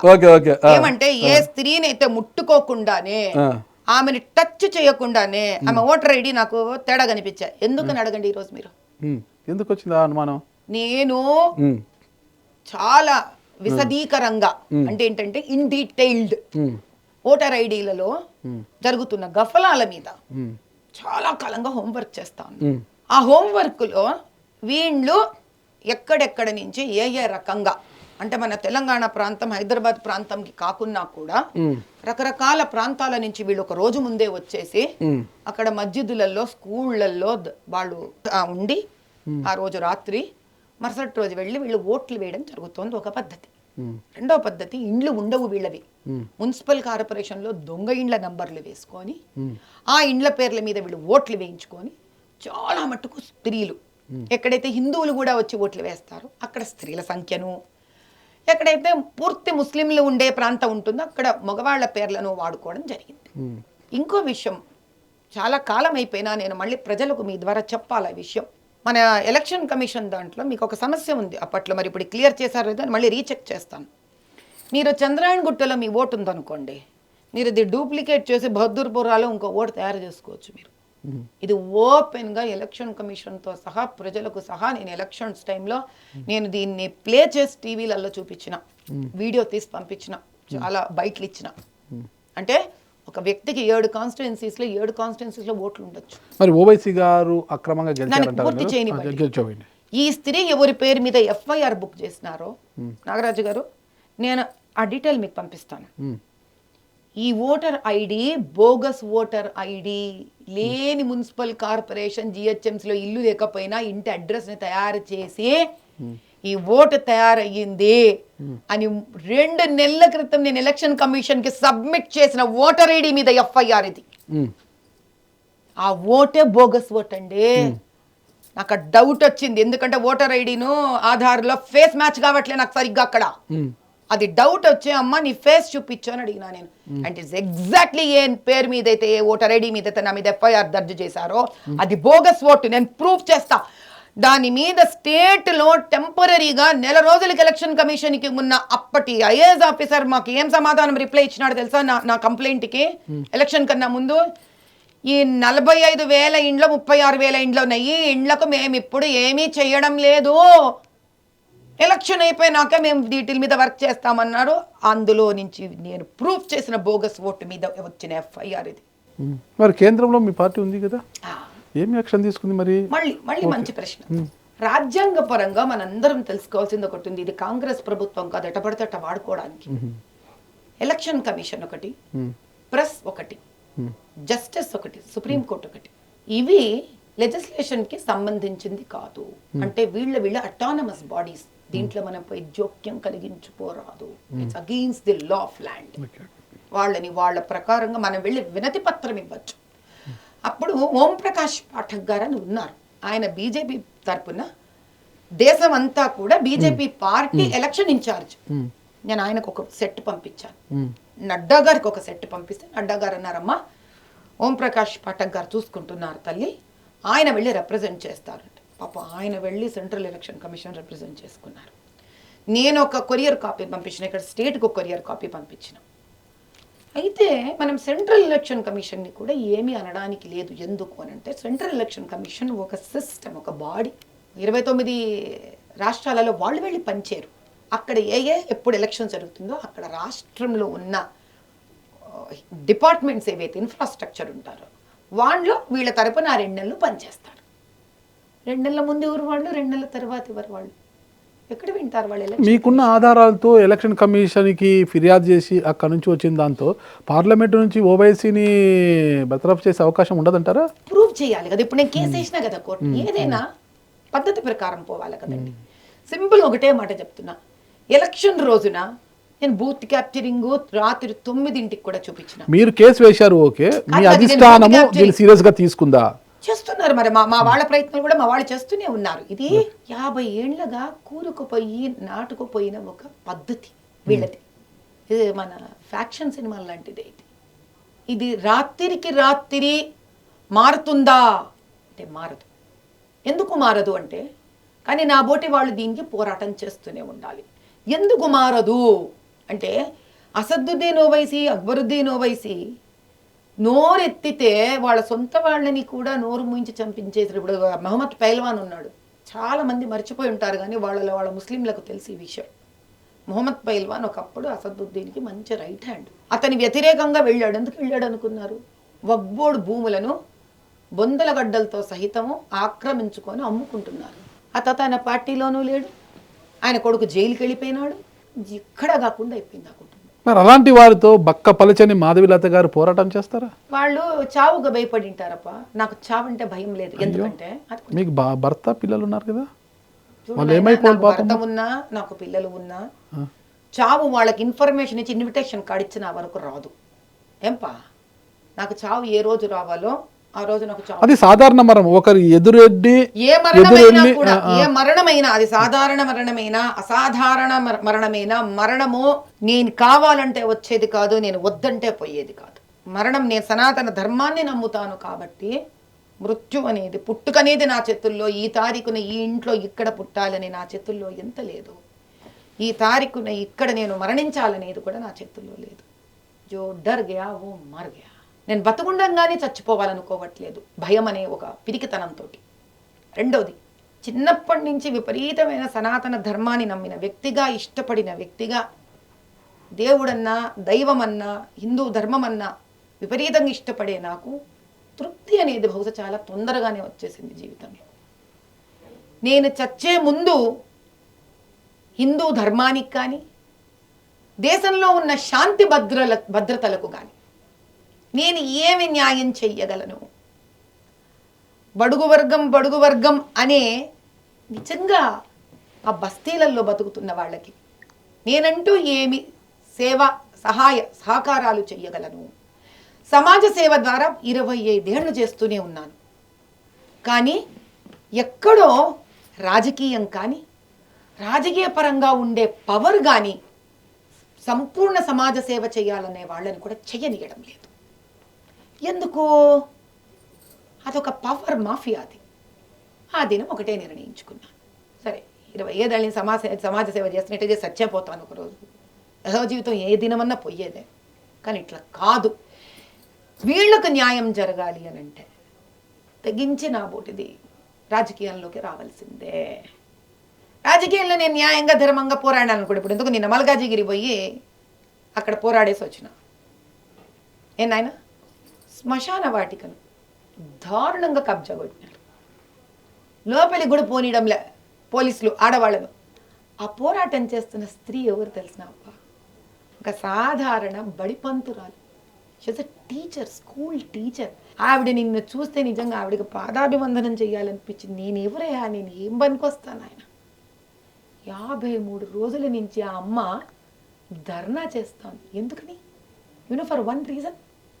ఒక స్కూల్ టీచర్ అమ్మా నేను, పిల్లలకి న్యాయమో ధర్మమో నేర్పించవలసిందాన్ని నేను. ఇక్కడ వీళ్ళు జిహెచ్ఎంసీ వాళ్ళు చెత్త వేసి, ఆ చెత్తని కొన్ని ఏళ్లగా పెంచుతూ పెద్ద చేసి, ఈ చెత్త వల్ల వాళ్ళు లోపలికి హిందువులు పోవడానికి వీలు లేని పరిస్థితిని ఏర్పాటు చేసి, ఆ శ్మశానంలో మాకు పోయే ఎంట్రీని మూయించేసి, వెనుక నుంచి రియల్ ఎస్టేట్ చేయడానికి నాంది పలికినారప్ప హిందూ శ్మశానానికి. ఇది గొప్పతనం ఏం తెలుసా? ఇది బ్రిటిషర్ల కన్నా ముందు నుంచి ఒక 2 ఎకరాల భూమి. ఇది దీనికి ఎవరో పాపం రెడ్లు, ఆసాములు, పెద్ద మనసున్న వాళ్ళు. పూర్తి వినండి, మీరు ఆశ్చర్యపోతారు. 14 ఎకరాల హిందువులకి 5 ఎకరాలు ముస్లింలకు కూడా గ్రేవ్ యార్డ్ శ్మశానానికి ఇచ్చినారు ఆ హిందూ రెడ్లు. అదే ఆ సనాతన హిందూ ధర్మం అంటే. ఈ రాజకీయ నాయకులు దుండగులు ఏం చేసినారు తెలిసిన, ఆ ముస్లిం 5 ఎకరాలు రెడ్లు ఇచ్చింది ముట్టుకోలే, 16 ఎకరాలు హిందువులకు ఇచ్చిన దాన్ని బెదిరించి వీళ్ళు వెనక నుంచి రియల్ ఎస్టేట్ చేస్తున్నారు. ఆ అమ్మ ఒక్కటే అనే నాతోటి, చూడమ్మా ఇక్కడ ఉండే యువకులందరూ ఆడపిల్లలు మగపిల్లలు ఏం బతుకుతాం ఇంకిట్లా, ఏదైనా పోరాటమేనే ఇక్కడ, ఈ చెత్త వాసనలు ఇక్కడ అని చెప్పి ఎవడు వాడు విదేశాలకో పుట్టకో చెట్టుకో వెళ్ళిపోతే మేము ముసలివాళ్ళం అయిపోయి ఇక్కడ మిగులుతాం కదమ్మా. అప్పుడు భారతదేశంలో ఏ జనాభా అంటే ఈరోజు పొగురో మనకి, ఏ జనాభాలో యువకులు ఉన్నారని పొగురు పడుతున్నాము, ముసలివాళ్ళమే మిగిలిపోతామమ్మా. చివరికి సనాతన హిందూ ధర్మం భారతదేశమే అంతమైపోతుంది మొన్న భయం పట్టుకుని తల్లి నాకు. 53 రోజుల నుంచి ఆ అమ్మను 8 లక్షలు ఇంటింటికి వెళ్ళి బిచ్చం అడుక్కొని ఆ అమ్మ లాయర్స్ని పెట్టించింది ఆ పని చేయించడానికి. రాజకీయ అడిగమ్మా నువ్వేమైనా రాజకీయ నాయకురాలని, లేదమ్మా. పోనీ సంఘంకి ఏదన్నా నువ్వు రిలేటెడ్ ఏదో సంఘానికి, లేదమ్మా. ఎన్జిఓనా, లేదమ్మా. ఎవరంటే I'm a school teacher, I'm just a school teacher. ఇంకా ఆశ్చర్యపోతారు, ఎప్పుడో ఏళ్ళ తరబడి ఆంధ్ర నుంచి వచ్చి సెటిలర్ ఇక్కడ. అమ్మ ఏందమ్మా సెటిలర్ అయితే, తెలంగాణ అన్నం తినట్లేదా, ఇక్కడ నీళ్లు నేను తాగడం లేదా అని అడిగింది. నిన్న నేను ఆ పోరాటంలోకి పోతే, శ్మశానంలోకి నేను నడుచుకుంటూ పోతే వీళ్ళు అన్నారు అమ్మ పోలీసులు ఆపుతారు అని. ఎవడురా హిందూ శ్మశానంలోకి హిందూని నడుస్తుంటే నేను ఎవడు నన్ను ఆపేదే, ఆపుతాడా, కొడతాడా, కొట్టని ఆపని అన్నా. నా ఈ ధైర్యం వాళ్ళకి కావాలి రంగరాజు గారు. అప్పుడు నా వెనకాల పోలీసులు ఏం చేయలేరు, ఎందుకంటే ఏమో నన్ను చూస్తే రాక్షసిని చూసిన భయమో ఏం భయమో నాకు తెలీదు. ఎవరైనా బెదిరిస్తారు మీరు, నాకు తేడా పడదప్ప. 50 మంది 70 మంది పైగా ఉన్నారు హిందువులు. నేను నడిచేది చేసి నాతో పాట లోపలికి వచ్చినందుకు ఏం తెలుసా నాకు, నిజంగా నా మూల వీళ్ళు చెప్పి రామ్కి వాళ్ళకి కాంట్రాక్ట్ ఇచ్చారంటే కన్స్ట్రక్షన్ స్టార్ట్ అయిందప్ప శ్మశానంలో. మీరు నడిచి వస్తుంటే వాళ్ళ కళ్ళకి ఏదో కనిపించింటది. ఏం కనిపించిందో, భయపడి దూరం పెట్టారు వాళ్ళు. తమాష ఏమంటే ట్రక్కులు ఉన్నాయి, ప్రొక్లైనర్స్ ఉన్నాయి, ఆ చెత్తెత్తేవన్నీ ఉన్నాయి, అక్కడ కన్స్ట్రక్షన్ జరుగుతుందో మూల. ఇది ఎట్లా తెలియదు. ప్రభుత్వాలు ఏం చేస్తున్నాయి, తింటుండేది జిహెచ్ఎంసీ ప్రభుత్వమే తింటోంది అక్కడ. పోరాటం మొదలైంది. ఇది నేను అర్థం చేసుకున్నది. నేను వీళ్ళకి కావాలా, నాకు వీళ్ళు కావాలా, దీనికి ధైర్యం చేయాలా. ఈ ధైర్యానికి దినం బతకొచ్చు, రేపటి దినానికి నేను చనిపోవచ్చు. కానీ 2 లాభాలు, చస్తినా రాజకీయంలో న్యాయం. పాత బస్తీలో శిలాఫలకం, ఇది పాత బస్తీలో ఒక విగ్రహం, ఒక విగ్రహం కాషాయపు రంగుతో ఒక విగ్రహం బెటనియర్. ఇప్పుడు చాలా రూల్స్ ఉన్నాయిలే, బెటనియర్ అవంతా. అయితే సస్తినా రాజకీయంలో న్యాయం కోసం ధర్మం కోసం ప్రజలకు పోరాడి చనిపోయింది ఈమె అంటే ఇట్లాంటి వాళ్ళు రాజకీయాల్లో వస్తారని కొత్త రాజకీయ నాయకులు న్యాయం కోసం ధర్మం కోసం నిలబడే వాళ్ళు తయారవుతారు. నేను చనిపోలేదా అంటే అక్కడ న్యాయం జరిగినట్టే, అంతే. ఏదో ఒకటి జరగాలి నాగరాజు. అద్వైతం. మీ జీవితంలో శాంతి భద్రతలు వాటి గురించి ఇప్పుడు ఏదో మాట్లాడారు కదా, శాంతి భద్రతలు బాగుండాలి, శాంతి భద్రతలు ఎక్కడ విఘాతం కలగకూడదు మనకు. అదిగే నా ప్రయత్నం. అంతే. ఇప్పుడు శ్రీరామనవమి సందర్భంగా ఇక్కడ చూడండి, ఈ సంజ్ఞ చూడండి, ఇది మీరు విల్లు ఎక్కువ పెట్టినట్లుగా ఉంది. ఎవరికి ఎక్కువ పెట్టారు ఇది? ఈ ప్రశ్న కూడా బాగుంది. మరి దీనివల్ల కెమెరా వాళ్ళకి బాగా చూపించారు. అదే దీనివల్ల ఇది రెచ్చగొట్టే ధోరణి కాదంటారా? అయింది మేడం, అయింది, ఫుల్గా అయింది. చెప్పండి మేడం. పీర్ల పండుగ ఉంటుంది, వాళ్ళు ఒక ఛత్రి మాదిరి ఇట్లా ఎగరేస్తుంది. ఆ దిక్కుగా గుడి ఉంది అనుకో, అది ఏమైనా గుడిని పొడుస్తున్నట్ట. 2 ఇప్పుడు మన దగ్గరే రకరకాల పూజలు పండుగలు జరుగుతుంటాయి. దీపావళి మనం ఆ దినము పటాకీలు కాలుస్తుంటాం. అంటే దేశ భద్రతను నాశనం చేస్తున్నట్ట కాదు కదా. మొహరంకి మనుషులు పోతూ కొట్టుకోనంతా వాళ్ళ బాధను రక్త రూపంలో వ్యక్తపరుస్తూ ఉంటారు.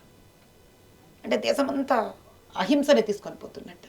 ఒక శ్రీరామ నవమి రోజు వేల మంది మనుషుల మధ్యలో రామ జపం చేస్తూ రామబాణాన్ని ఒక రామరాజ్యం కోసం, ఒక హిందూ ముస్లిం స్నేహం కోసం పాత బస్తీలో న్యాయము ధర్మము నిలబడాలనే ఉద్దేశంతో ఒక రామబాణం అనే ఒక యాక్ట్ గెస్చర్ అట్లా ఆకాశంలో వదలడాన్ని ఒక సంజ్ఞ చేశారు ఇట్లా చేయడాన్ని అది రకరకాల ఒక మసీదు ముందర అంటున్నారు కదా, మసీదు రకరకాలు అట్లా ఎట్లా అట్లా అంటే ఇప్పుడు నువ్వు ఇప్పుడు ఇక్కడ ఒక అమ్మవారి పటం పెట్టు, ఎందుకంటే ఈ చేత్తో అయితే రాదు నాకు ఏంపా, ఈ చేత్తో అనదు అమ్మవారి పటం పెట్టు అక్కడ, ఇప్పుడు ఇక్కడి నుంచి బాణం ఎడం చేయవాటం ఉండే వాళ్ళకైతే వస్తుందిలేండి, మీకు అట్లా నాకైతే రాదు కదా, నేను కుడి చేయవాటం. ఇప్పుడు అమ్మవారి పటం పెట్టు బాణం వేస్తా అంటే అమ్మవారి మీద బాణం వేస్తున్నట్ట, వేసిందే ఆకాశంలో ఫస్ట్ ఆఫ్ ఆల్, మస్జిద్ మీద బాణం వేయడానికి ఏమన్నా అవసరమేముందప్ప. మరి బేగం బజార్ పోలీసులు వాళ్ళు ఇవన్నీ తెలియకుండా మీ మీద కేసు నమోదు చేశారా? ఇప్పుడు ఇది ఒక ఫోటో పెడితే మళ్ళీ ఒక్కసారి ఫోటో పెట్టప్ప, మళ్ళీ అది చూపించప్ప, మళ్ళీ మన కెమెరాకు చూపి. ఆ పక్కన మీ వేళ్ల పక్కన ఒక ఆయప్ప ఉన్నాడు, దాన్ని ఆయప్పని చూపించండి సరిగ్గా. టోపీ క్యాండిడేట్ ఉన్నాడు చూడు అక్కడ, బడా శర్వాణి క్యాండిడేట్. అదే ఏం చేతగానోడు ఏం చేస్తాడు చివరికి, నన్ను ఆపేది చేతగాని పనిలాగా పోయి ఎఫ్ఐఆర్ పెట్టించుకున్నాడు అక్కడ మనుషులను పంపించుకొని. దమ్మున్న మనిషి అయితే 4 మంచి పనులు చేయి, 4 మంచి మాటలు మాట్లాడు. ఎంఐఎంకి కనీసము వీళ్ళకు మేనిఫెస్టోనే లేదు, వీళ్ళకు ఇంతకన్నా చేతగాని పనులు ఏం చేస్తాడు మరి. అయినా 1984 నుంచి 2024 ప్రజలు ఆదరిస్తూనే ఉన్నారు కదా అక్కడ. ఏ ప్రజలు నాయనా, మూసీలో ఇళ్ళు కొట్టించుకొని ఇతను మాట్లాడని ప్రజలా, దేవాలయాలు కబ్జాలు అవుతుంటే నోరు తెరిచి ఏడ్చినా మాట్లాడని ఈ వ్యక్తి దగ్గర ఉన్న ప్రజలా, ఈ రోజుకి అడక్క తింటున్న బీద హిందువులు ముస్లింలు పండ్ల బండ్లు పెట్టుకుంటే, కూరగాయల బండ్లు పెట్టుకుంటే మామూలు వసూలు చేస్తున్న ఎంఐఎం అధినేతనా? మరి ప్రజలు ఎందుకు వాళ్ళకి ఓట్లేస్తున్నారు? అదే చెప్తున్న, వాళ్ళు ఓట్లేసి అవసరం ఏముందప్ప. నా ఎలక్షన్ రోజు నేను తిరిగి చూపించినా కదా నాయన, ఎఫ్ఐఆర్ రాసిన బుర్కా అమ్మాయిదే దొంగ ఓటాయే అక్కడ. 9ంటికి నీకు రక్షాపురంలో చూపించిన కార్పొరేట్ ముస్లిం కార్పొరేట్ ఎంఐఎం ఇంట్లో నీకు పోలింగ్ బూత్ ఉంది, ఉండొచ్చు. 1984 నుంచి జరుగుతుంటే ప్రభుత్వాలు ఏం చేస్తున్నాయి, ఎలక్షన్ కమిషన్ ఏం చేస్తుంది? మళ్ళీ కరెక్ట్ పాయింట్కి వస్తావు నాగరాజు. 1900 ఏ తారీఖు నుంచి ఈ తారీఖు వరకు ఎవరైతే ఈ రోజు వరకు ఉన్నారో ప్రతి గవర్నమెంట్ వాళ్ళతో కలిసి ఉంది. ఎవరో వరకు ఎందుకు, ఈ 2024 తీసుకుందా? నాకు తెలిసింది, నేను ప్రూవ్ చేసింది ఓపెన్ గా మాట్లాడతా. అన్ని చోట్లనే నేను రిగ్గింగ్ చూపిస్తేనే, బూత్ కబ్జా అయింది చూపించినే. ఎందుకు జిహెచ్ఎంసి కాంగ్రెస్ గవర్నమెంట్ ఇక్కడ యాక్షన్ తీసుకోలేదు? పోలీసులు ఎందుకు అట్లా నిలబడున్నారు? ఎందుకు చెప్పనా? 79% వక్ఫ్ బోర్డు భూములను అమ్మేసి పంచుకున్నారు వీళ్ళు, కొన్ని వేల లక్షల కోట్ల డబ్బని. హిందూ దేవాలయాలను కబ్జా చేసి రియల్ ఎస్టేట్ చేసుకొని పంచుకుంటున్నారు వీళ్ళందరూ, కొన్ని వేల కోట్ల డబ్బులని. ఎవడబ్బ సొమ్ము? అటు వీళ్ళను మోసం చేస్తున్నారు హిందువులని, అటు ముస్లింలని మోసం చేస్తున్నారు, దౌర్జన్యంతో తొక్కి పెడుతున్నారు. ఒక్క పంచలింగాల గుడి తీసుకొని గత నెల నుంచి పోరాడుతున్నానప్ప నేను. మీరు చెప్తుంటే అర్థమవుతుంది వాళ్ళంతా బలవంతులు అనుకుంటాం. ఒకవేళ బలవంతులు తెలియదు, వినండప్ప, వాళ్ళు ఎంత బలవంతులో నాకు తెలియదు, కానీ వాళ్ళ పట్ల పోరాడే వాళ్ళు బలహీనులు. ఈ పోరాడే వ్యక్తులు బలవంతులు ఎప్పుడవుతారంటే, ఎవరో ఒక్కడు నాలాంటి వాళ్ళు ధైర్యంగా చావును ఎదిరించి నిలబడిన నాడే బలహీనులు బలవంతులు అవుతారు. లేదా ప్రభుత్వం వీళ్ళకి సహకరిస్తే వీళ్ళు బలవంతులు అవుతారు. గతంలో గోల్కొండ టైగర్గా పిలువబడే బద్దం బాలరెడ్డి గారు కావచ్చు, మన దేశానికే ఉపరాష్ట్రపతిగా పనిచేసిన వెంకయ్యనాయుడు గారు కావచ్చు, వీళ్ళు అక్కడ పోటీ చేసి ఓడిపోయారు. వెంకయ్యనాయుడు గారు పోటీ చేసినప్పుడు కాస్త తగ్గింది మెజార్టీ, అక్కడ బద్దం బాలరెడ్డి గారు వల్ల కాలేదు. వాళ్ళందరి వల్ల కాలింది. ఆడది నీతో ఏమైతుందంట? ఆడది నేను అనట్లేదు మేడం, మాధవీలత గారి వల్ల ఏమవుతుంది. నేను ఆడవాళ్ళని తక్కువ చేయట్లేదు. అయితే భగత్ సింగ్ చనిపోయినాడు, భగత్ సింగ్ వల్లనే ఏమైతుంది అని స్వతంత్ర పోరాటం ఆగిందా? అల్లూరి సీతారామరాజే చనిపోయినాడు, అల్లూరి సీతారామరాజు వల్లనే అవ్వలేదు, మీ వల్ల ఏమైతుంది స్వాతంత్రం తెచ్చుకోవడం అని స్వాతంత్ర పోరాటం ఆగిందా? ఇది న్యాయ ధర్మ పోరాటం. ఇది వచ్చేంత వరకు ఒక్కొక్క బద్దం బాలరెడ్డి గారు కానివ్వండి, వెంకయ్యనాయుడు గారు కానివ్వండి, మాధవిలత కానివ్వండి, ఎంతమంది ఆహుతి అయినాక ఇది న్యాయం వస్తుందో అప్పటి వరకు పోరాటం జరుగుతూనే ఉండవలసింది. కళలు అంటున్నారు కదా, కళలు అంటున్నారా? అయితే స్వాతంత్రం కలనా? స్వాతంత్రం కలనా? స్వతంత్రం వేరు. ఏంది వేరు? అన్యాయమున్న ప్రతి చోట జరిగే పోరాటం స్వాతంత్ర పోరాటమే. దౌర్భాగ్యం 76 ఏళ్ళైన తర్వాత ఇంకా స్వాతంత్రం, ఒక స్వాతంత్రం, ఒక కుల స్వాతంత్రం కోసం, ఒక మత స్వాతంత్రం కోసం, ఒక వాక్ స్వాతంత్రం కోసం, ఒక రాజ్యాంగ స్వాతంత్రం కోసం ఇంకా పోరాడవలసి రావడం అనేది నాకు భయం అవుతుంది మీరు అలా మాట్లాడుతుంటే. ఎందుకప్ప భయమో? నీకేమప్పా, నువ్వు రాయలసీమ బిడ్డవు, బాంబేస్తావు, మాట్లాడుతుంటే ఏమన్నా అవుతారు, ఏమన్నా నాకు భయం అవుతుంది.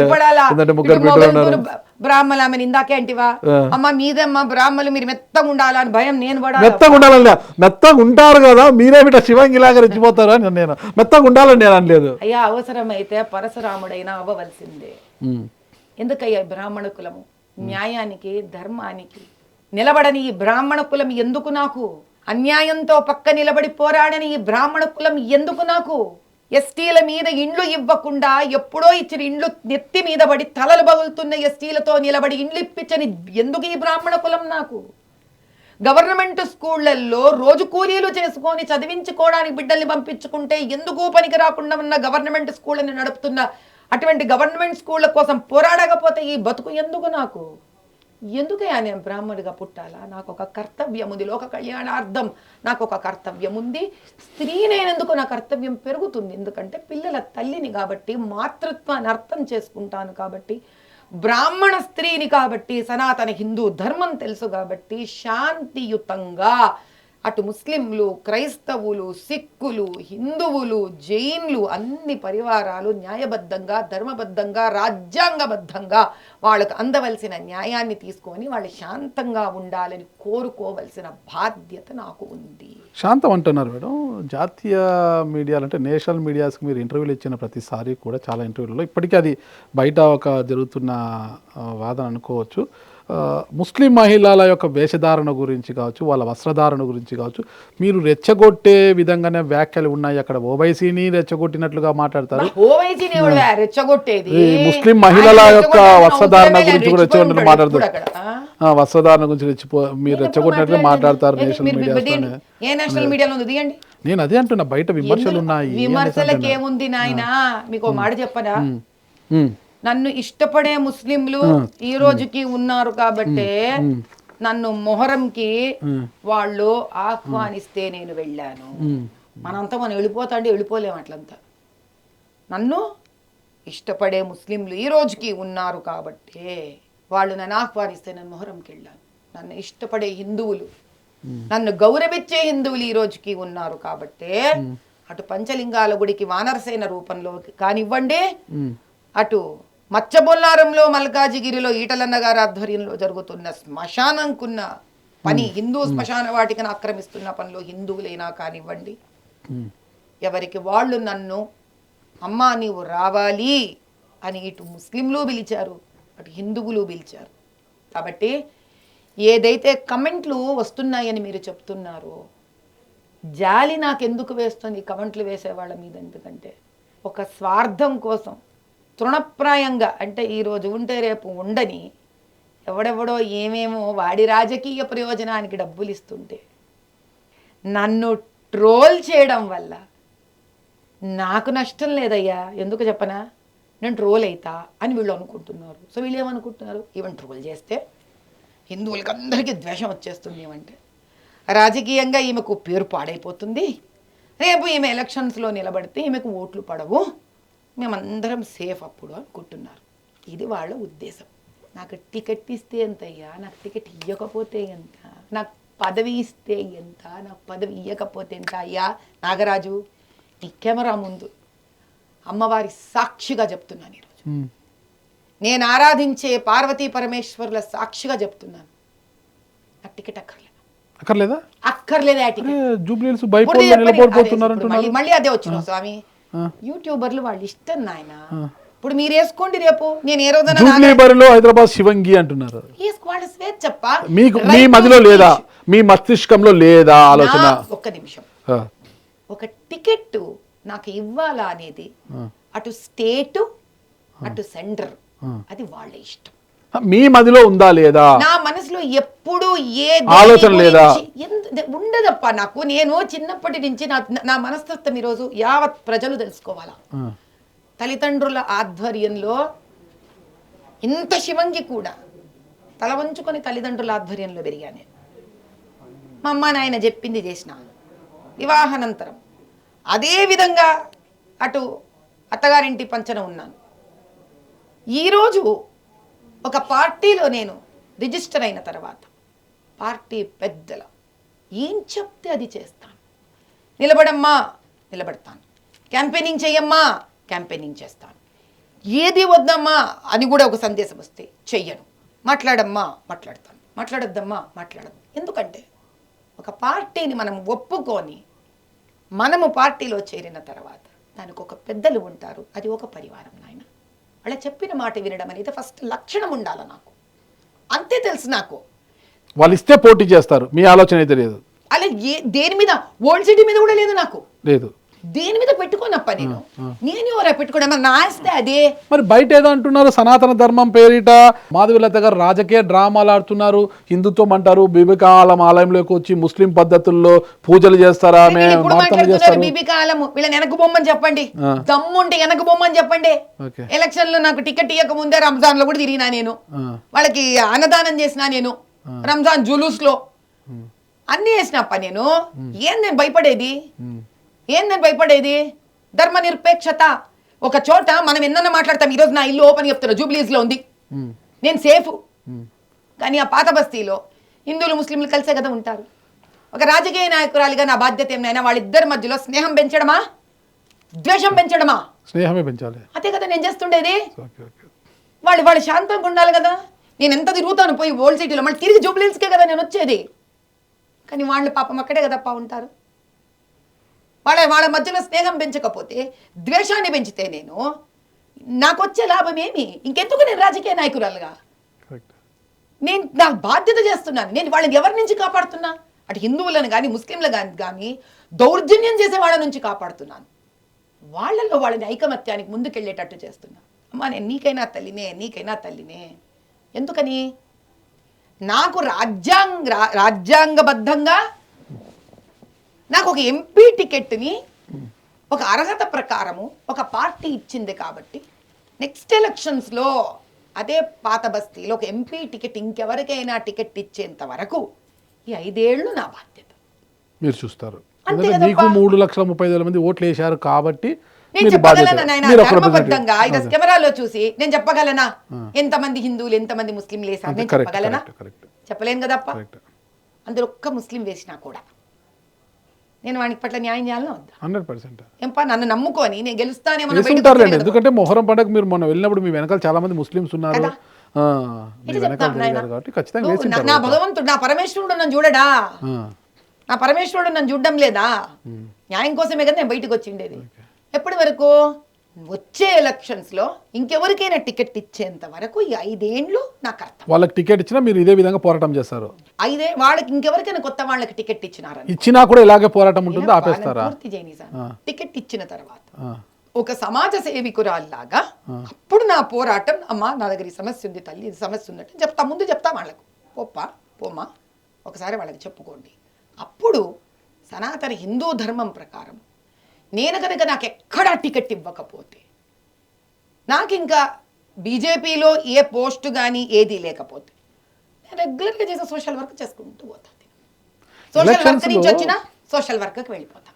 2024 ఎంపీ ఎలక్షన్స్లో మీ యొక్క ప్రచారం చూసి, మీ దూకుడు చూసి అందరు గెలిచిపోతున్నారు అనిపిస్తుంది. అమిత్ షానే ఢిల్లీ నుంచి వచ్చి మీకోసం ప్రచారం చేశారు ఆ రోజు. మరి నాకు ఆ ప్రచారం సభలో మాధవీలత అంటూ మాధవీలత తాలీ బజావ్ అన్నారు కదా ఆయన. అంటే నాకు పెద్ద హిందీ రాదు చెప్తున్నాను, అభిమానంగా మీరు చెప్పిన లాంటి పదాలే అవి కూడా. తాలీ బజావ్ అన్నారు. అంటే ఎంత ఆనందంగా ఆయనకు, మీరు వస్తుంటే చప్పట్లు కొట్టండి అసలు తాలీ బజావ్. లీడర్లు అండి. ఎందుకంటే నేను ఓపెన్ చెప్తున్నాను నాగరాజు గారు, ఈ రోజు నిలబడి నేను ఇంత పోరాటం చేస్తుంటే సహజంగా న్యాయానికి ధర్మానికి పోరాడే వ్యక్తిత్వం ఉంది మనిషినే. ఇక్కడ పుట్టుకతో లేనిది ఇప్పుడు నాకు ఎక్కడి నుంచి వస్తాయి బుద్ధులు.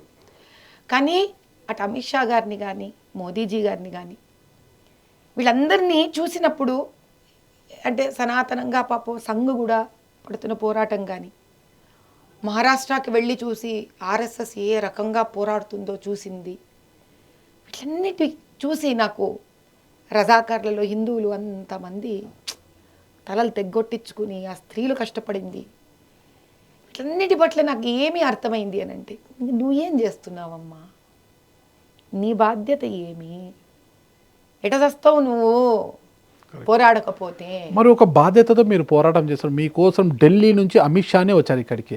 మరి అక్కడే ఉన్న గోషా మహల్ ఎమ్మెల్యే రాజా సింగ్ గారు ఎన్నికల్లో మీకు మద్దతుగా నిలిచారా లేదా? నిలబడలేదు. కారణం మీ పార్టీ నాయకుడే మీకు ఎందుకు మద్దతుగా నిలబడలేదంట? ఆ రోజుకి నేను పార్టీలోకి ఎంటర్ అయ్యి ఒక 20 రోజులు 30 రోజులు అయింటుంది. ఈ ప్రశ్నకు సమాధానము ఏండ్ల తరబడి ఉన్న దిగ్గజాలే రాజకీయ నాయకులు ఇవ్వలేరు. నేనేమిస్తానప్పా ఫస్ట్ పాయింట్. సెకండ్, నా సహజ వ్యక్తిత్వం ఏమో మీకు తెలియాలా. ఎవరో వస్తారని ఏదో చేస్తారని ఎదురు చూసి మోసపోకుమా, ఆ టైప్. నేను ఒక నిర్ణయం తీసుకున్నాపా, నేను నిలబడాలనుకున్నా. ఒకళ్ళు వస్తారని నేను ఇంత పెద్ద యజ్ఞం చేయట్లే, ఒకళ్ళు వస్తారని నేను ఇంత పెద్ద బాధ్యత తీసుకోలే. నా వాళ్ళ కోసం, న్యాయం కోసం నిలబడినా. వచ్చిరా వాళ్ళ ఇష్టం, రాలేదా వాళ్ళ ఇష్టం. రాలేదు. ఈరోజు గోషామహల్ ఎమ్మెల్యే రాజా సింగ్ గారు బీజేపీకి రాజీనామా చేశారు, బయటికి వెళ్ళిపోయారు. మరి ఏ పార్టీలోకి పోతారో ఇంకా ఎవరికి తెలియదు. అది మరి గోషామహల్ ఖాళీ ఉంది. గోషామహల్ బాధ్యతలు చూడమంటే చూస్తారా మీరు? పార్టీ ఆదేశమయ్యా, చిత్తం ఎస్ బాస్, చిత్తం ధర అంతే. పార్టీ పెద్దలు ఏం చెప్తే చేతులు కట్టుకొని సంబంధం లేదమ్మా. చేతులు కట్టుకునే రకమా? పెద్దల ముందు ఎప్పుడు చేతులు కట్టుకొని నిలబడతాను, పెద్దల ముందు ఎప్పుడు చేతులు కట్టుకొని నిలబడతా నేను. అదే నా సనాతన ధర్మం నాకు నేర్పించింది. నా పెద్దల ముందు నేను ఎప్పుడు చిన్నదాన్నే, ఏది చెప్పితే పార్టీ పరంగా నేను అది చేస్తాను. ఎందుకు అని అంటే నాకు పార్టీ పట్ల ఉన్న ఒక ఏకైక విశ్వాసం. 25 ఏళ్ళు ఎంత పోరాటం చేసినా కూడా నేను గుప్తంగానే ఉన్నాను. నాకు ఏ దినం అయితే టికెట్ ఇచ్చారు, నేను శ్రమించి మనసా వాచా కర్మణ పోటీ చేశానో ఆ రోజు ప్రపంచవ్యాప్తంగా నేను తెలిసాను. నేను సదా బీజేపీ పార్టీకి దీనివల్ల రుణపడి ఉన్నాను. కాబట్టి పార్టీ వల్ల మాధవీలత 100 మందికి తెలిసింది, కానీ మాధవి వల్ల పార్టీ ఎవడికి తెలియలే. ఎంప నాగరాజు అర్థమైందా? పార్టీ వల్ల మాధవీలత కోట్ల మందికి తెలిసింది. కాబట్టి నేను సదా నా పార్టీకి రుణపడి ఉన్నాను. ఖచ్చితంగా మేడం. మీరు ఇంటర్వ్యూ స్టార్టింగ్లో ఒక అంశం చెప్పారు, సాధారణ మధ్యతరగతి కుటుంబం అనేసి. మరి అఫిడవిట్లో నాకున్న సమాచారం మేరకు మీ ఆస్తి 221 కోట్లు. సరే, ఓకేనా? సరే. నాకు భూములు లేవు, వాహనాలు లేవు. మీకా నాకా? మీకు అని మీరు. నాకు ఒక కారు ఉంది రండి, భూములు లేవు. ఒక కారు ఉంది, ఒక సొంత మిల్లు ఉంది అని మీరు చూపించినట్టుగా నా దృష్టికి వచ్చింది. వాస్తవం మేడం? ఎక్కడ చూపించినా నేను భూమి అఫిడవిట్లో చూపించినట్టు నా దృష్టికి వచ్చింది అంటున్నాను. సరే, నేనేం చూపించినా అంటున్నారు అఫిడవిట్ లో? నా భూములు లేవు, కార్లు లేవు అని. వాహనాలు లేవు, భూములు లేవు, 221 కోట్ల ఆస్తి ఉన్నట్టుగా మీరు చూపించారంటున్నారు. చూడప్ప, ఫస్ట్ ఆఫ్ ఆల్ ఆస్తి ఎంతైనా ఉండని, నా పేరు మీద బండి ఉండాల్సిన అవసరం ఏముంది? అది మా వారి పేరు మీద ఉంది, నాకేం సంబంధం? నేను బండిలో కూర్చోవడం ఇంపార్టెంటా? బండి నా పేరు మీద ఉండడం. మీరు వచ్చిన కియా కారు మీ హస్బెండ్ పేరు ఉందా? అంతే. నా పేరు మీద నాకట నేను ఆయన నా పేరు మీద పెడతానన్నా నాకు ఇంట్రెస్ట్ లేదు. 221 కోట్లు ఆస్తున్నాయి మేడం మీకు? భూముల విలువే ఉంటుంది కదా. ఎప్పుడు 25 ఏళ్ల క్రితం కొన్న భూములే అవన్నీ. ఇప్పుడు మీరు చెప్పండి, ఇప్పుడు జూబ్లీ హిల్స్ ఉంది స్వామి, జూబ్లీ హిల్స్ ఉంది. 20 ఏళ్ల క్రితం కొన్నప్పుడేమో దాని ఖరీదు 1600 1800. ఇప్పుడు ధరలు పెరిగే కొద్దీ నీకు రేటు పెరగదా? ఒకటి షేర్స్, కొన్ని షేర్స్ ఉన్నాయి నా పేరు మీద. వినండి, కొన్ని షేర్స్ ఉన్నాయి నా పేరు మీద. షేర్ వాల్యూ, ఇప్పుడు కంపెనీకే వాల్యూ ఉన్నప్పుడు నా పేరు మీద షేర్స్ ఉంటే షేర్స్ వాల్యూ ఉంటుంది కదప్పా, అంతే. కానీ నా పేరు మీద ఏదన్నా ఆస్తి ఉండాలనేది నాకు ముందు నుంచి నాకు ఇష్టం లేదు. నాకు మేడం 221 కోట్ల ఆస్తులు ఏందప్పా? ఆయన ఐఐటి చెన్నై నాయన. ఎవరు మేడం? మా వారు ఐఐటి నుంచి, చెన్నై నుంచి ఐఐటి చేసినాడు. ఆయన 30 ఏళ్లగా వ్యాపారం చేస్తున్నాడు. ఆయన ఫస్ట్ ఐటీ కంపెనీ స్టార్ట్ చేసినారు, సొంతంగా IT company. America, Malaysia, Dubai, Europe ఇవంతా కూడా చేసినాడు. ఇప్పుడు ఇంకా అన్ని తగ్గించేసినా మాకు ఇంకా ఓపిక అంత లేకపోయి. పెద్ద ఆసామి సాధారణ మధ్య తరగతి కుటుంబం అమ్మాయిని చేసుకున్నారు మేడం. ఏం పా అది కూడా బాధేనా? వావ్.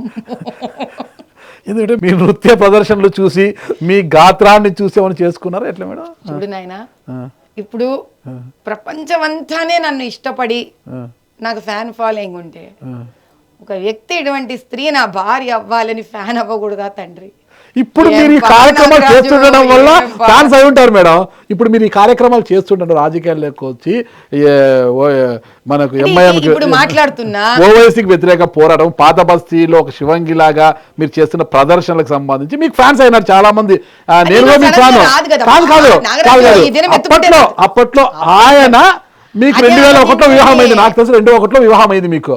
ఆ 2001లో వివాహం అయినప్పుడు మీరు సామాన్యమైన ఒక మధ్యతరగతి కుటుంబం అమ్మాయి, ఓకేనా, బ్రాహ్మణుల కుటుంబంలో ఉంటే ఒక మధ్యతరగతి అమ్మాయి. ఆ అమ్మాయిని ఆయన ఎందుకు చేసుకున్నారు? ఎందుకు చేసుకోకూడదు? సమాధానం ఏంటి? పోనీ మంచి ఐఐటి అది ఇది అంటున్నారు కదా, మంచి పొలిటికల్ సైన్స్ ఏం పనికిరాదా? ఏ అంత అంత దిగజారు ఎంఏ పొలిటికల్ సైన్స్ తో? ఎంఐ పొలిటికల్ సైన్స్ తో ఏం చేస్తానా? అయ్యా, ఎంఏ పొలిటికల్ సైన్స్ చేసిన వాళ్ళందరూ కూడా మీ మీద గొడవకు వస్తారా? స్టూడియో ఏం చేస్తున్నారు మేడం అన్నా మేడం? నేను గ్రాడ్యుయేషన్ చేసిన రోజులలో సివిల్ సర్వెంట్ అవ్వాలని కోరికుండే ఐఏఎస్ ఆఫీసర్. అప్పుడు ఏం చేసినానంటే, సరే పోస్ట్ గ్రాడ్యుయేషన్ చేసి యూపీఎస్సీకి వెళ్దాము అనుకున్నా. పోస్ట్ గ్రాడ్యుయేషన్ అప్పుడు సైమల్టేనియస్గా లా ఎగ్జామ్ కూడా రాసిన. నాకు పరివారంలో మా అమ్మ నాన్న నుంచి వాళ్ళ దగ్గర నుంచి అంత వాళ్ళకి అవగాహన లేదు ఆ కాలంలో. సో అవగాహన ఉండింటే ఎందుకమ్మా లా సీటు పెట్టుకో, ఎంఏ పొలిటికల్ సైన్స్ కాదు లా చెయ్యి అని చెప్పు ఉండేవాళ్ళు. నాకు తెలియక నేనేం చేసినానంటే లా వదులుకొని, అదేమో పాలిటిక్స్ అంటే అది రకమైన ఒక సబ్జెక్ట్ మీద చిన్నప్పటి నుంచి అదో ఇంట్రెస్ట్. సరే అట్లా ఎంఏ పొలిటికల్ సైన్స్ చేస్తే, ఆ ఎంఏ పొలిటికల్ సైన్స్ అయిపోయిన తర్వాత నేను ఒక చిన్న పీరియడ్ జర్నలిజం నేను చేస్తే. ఓ సూపర్ మేడం, అన్నీ చక్కగా మాట్లాడుతున్నారు. స్వామి కాస్త ఒక పీరియడ్ లో జర్నలిజం చేస్తే. యూనివర్సిటీలో కాదు, I literally worked. That's the first television journalism అప్పట్లో వచ్చిండే. ఏ ఛానల్ చేశారు? దూరదర్శన్ లో మణిశంకర్ గారని. మీ గురువు గారు? గురువు అని కాదు, ఆయన ఒక, మీరే గురువుని. ఎవరికి గురువులు ఉండక్కర్లేదప్ప, ఆయన ప్రొడక్షన్ అది. సో అప్పట్లో అడిగితే సరే అని వర్క్ చేసిన నేను. వేదిక అని, ఎన్ని ఏండ్లు అయిపోయినా ఒకసారి గుర్తుకురాదు, వేదిక అని ఒక డిడి టీవీ జర్నలిస్ట్ ఉండే. ఆ తర్వాత నాకు ఒక టీచర్ రంగంలో కూడా చాలా ఇంట్రెస్ట్. రకరకాల స్కూళ్ళల్లో కానీ, ఆ తర్వాత 2-3 కాలేజెస్లో కానీ నేను టీచర్గా వర్క్ చేశాను. I was into teaching profession. అంటే నాకు ఇష్టం, నాకు ఒక సామాన్య జనజీవనంతో ముడిపడి ఉండడం అంటే చాలా ఇష్టం. ఆ తర్వాత నేనేం చేశాను అని అంటే, ఒక చిన్న కంప్యూటర్ సైన్స్ది S B E T state board of technical education కింద పర్మిషన్ తీసుకొని ఒక డిప్లొమా కోర్సెస్ ఇన్స్టిట్యూట్ కూడా ఓపెన్ చేశాను.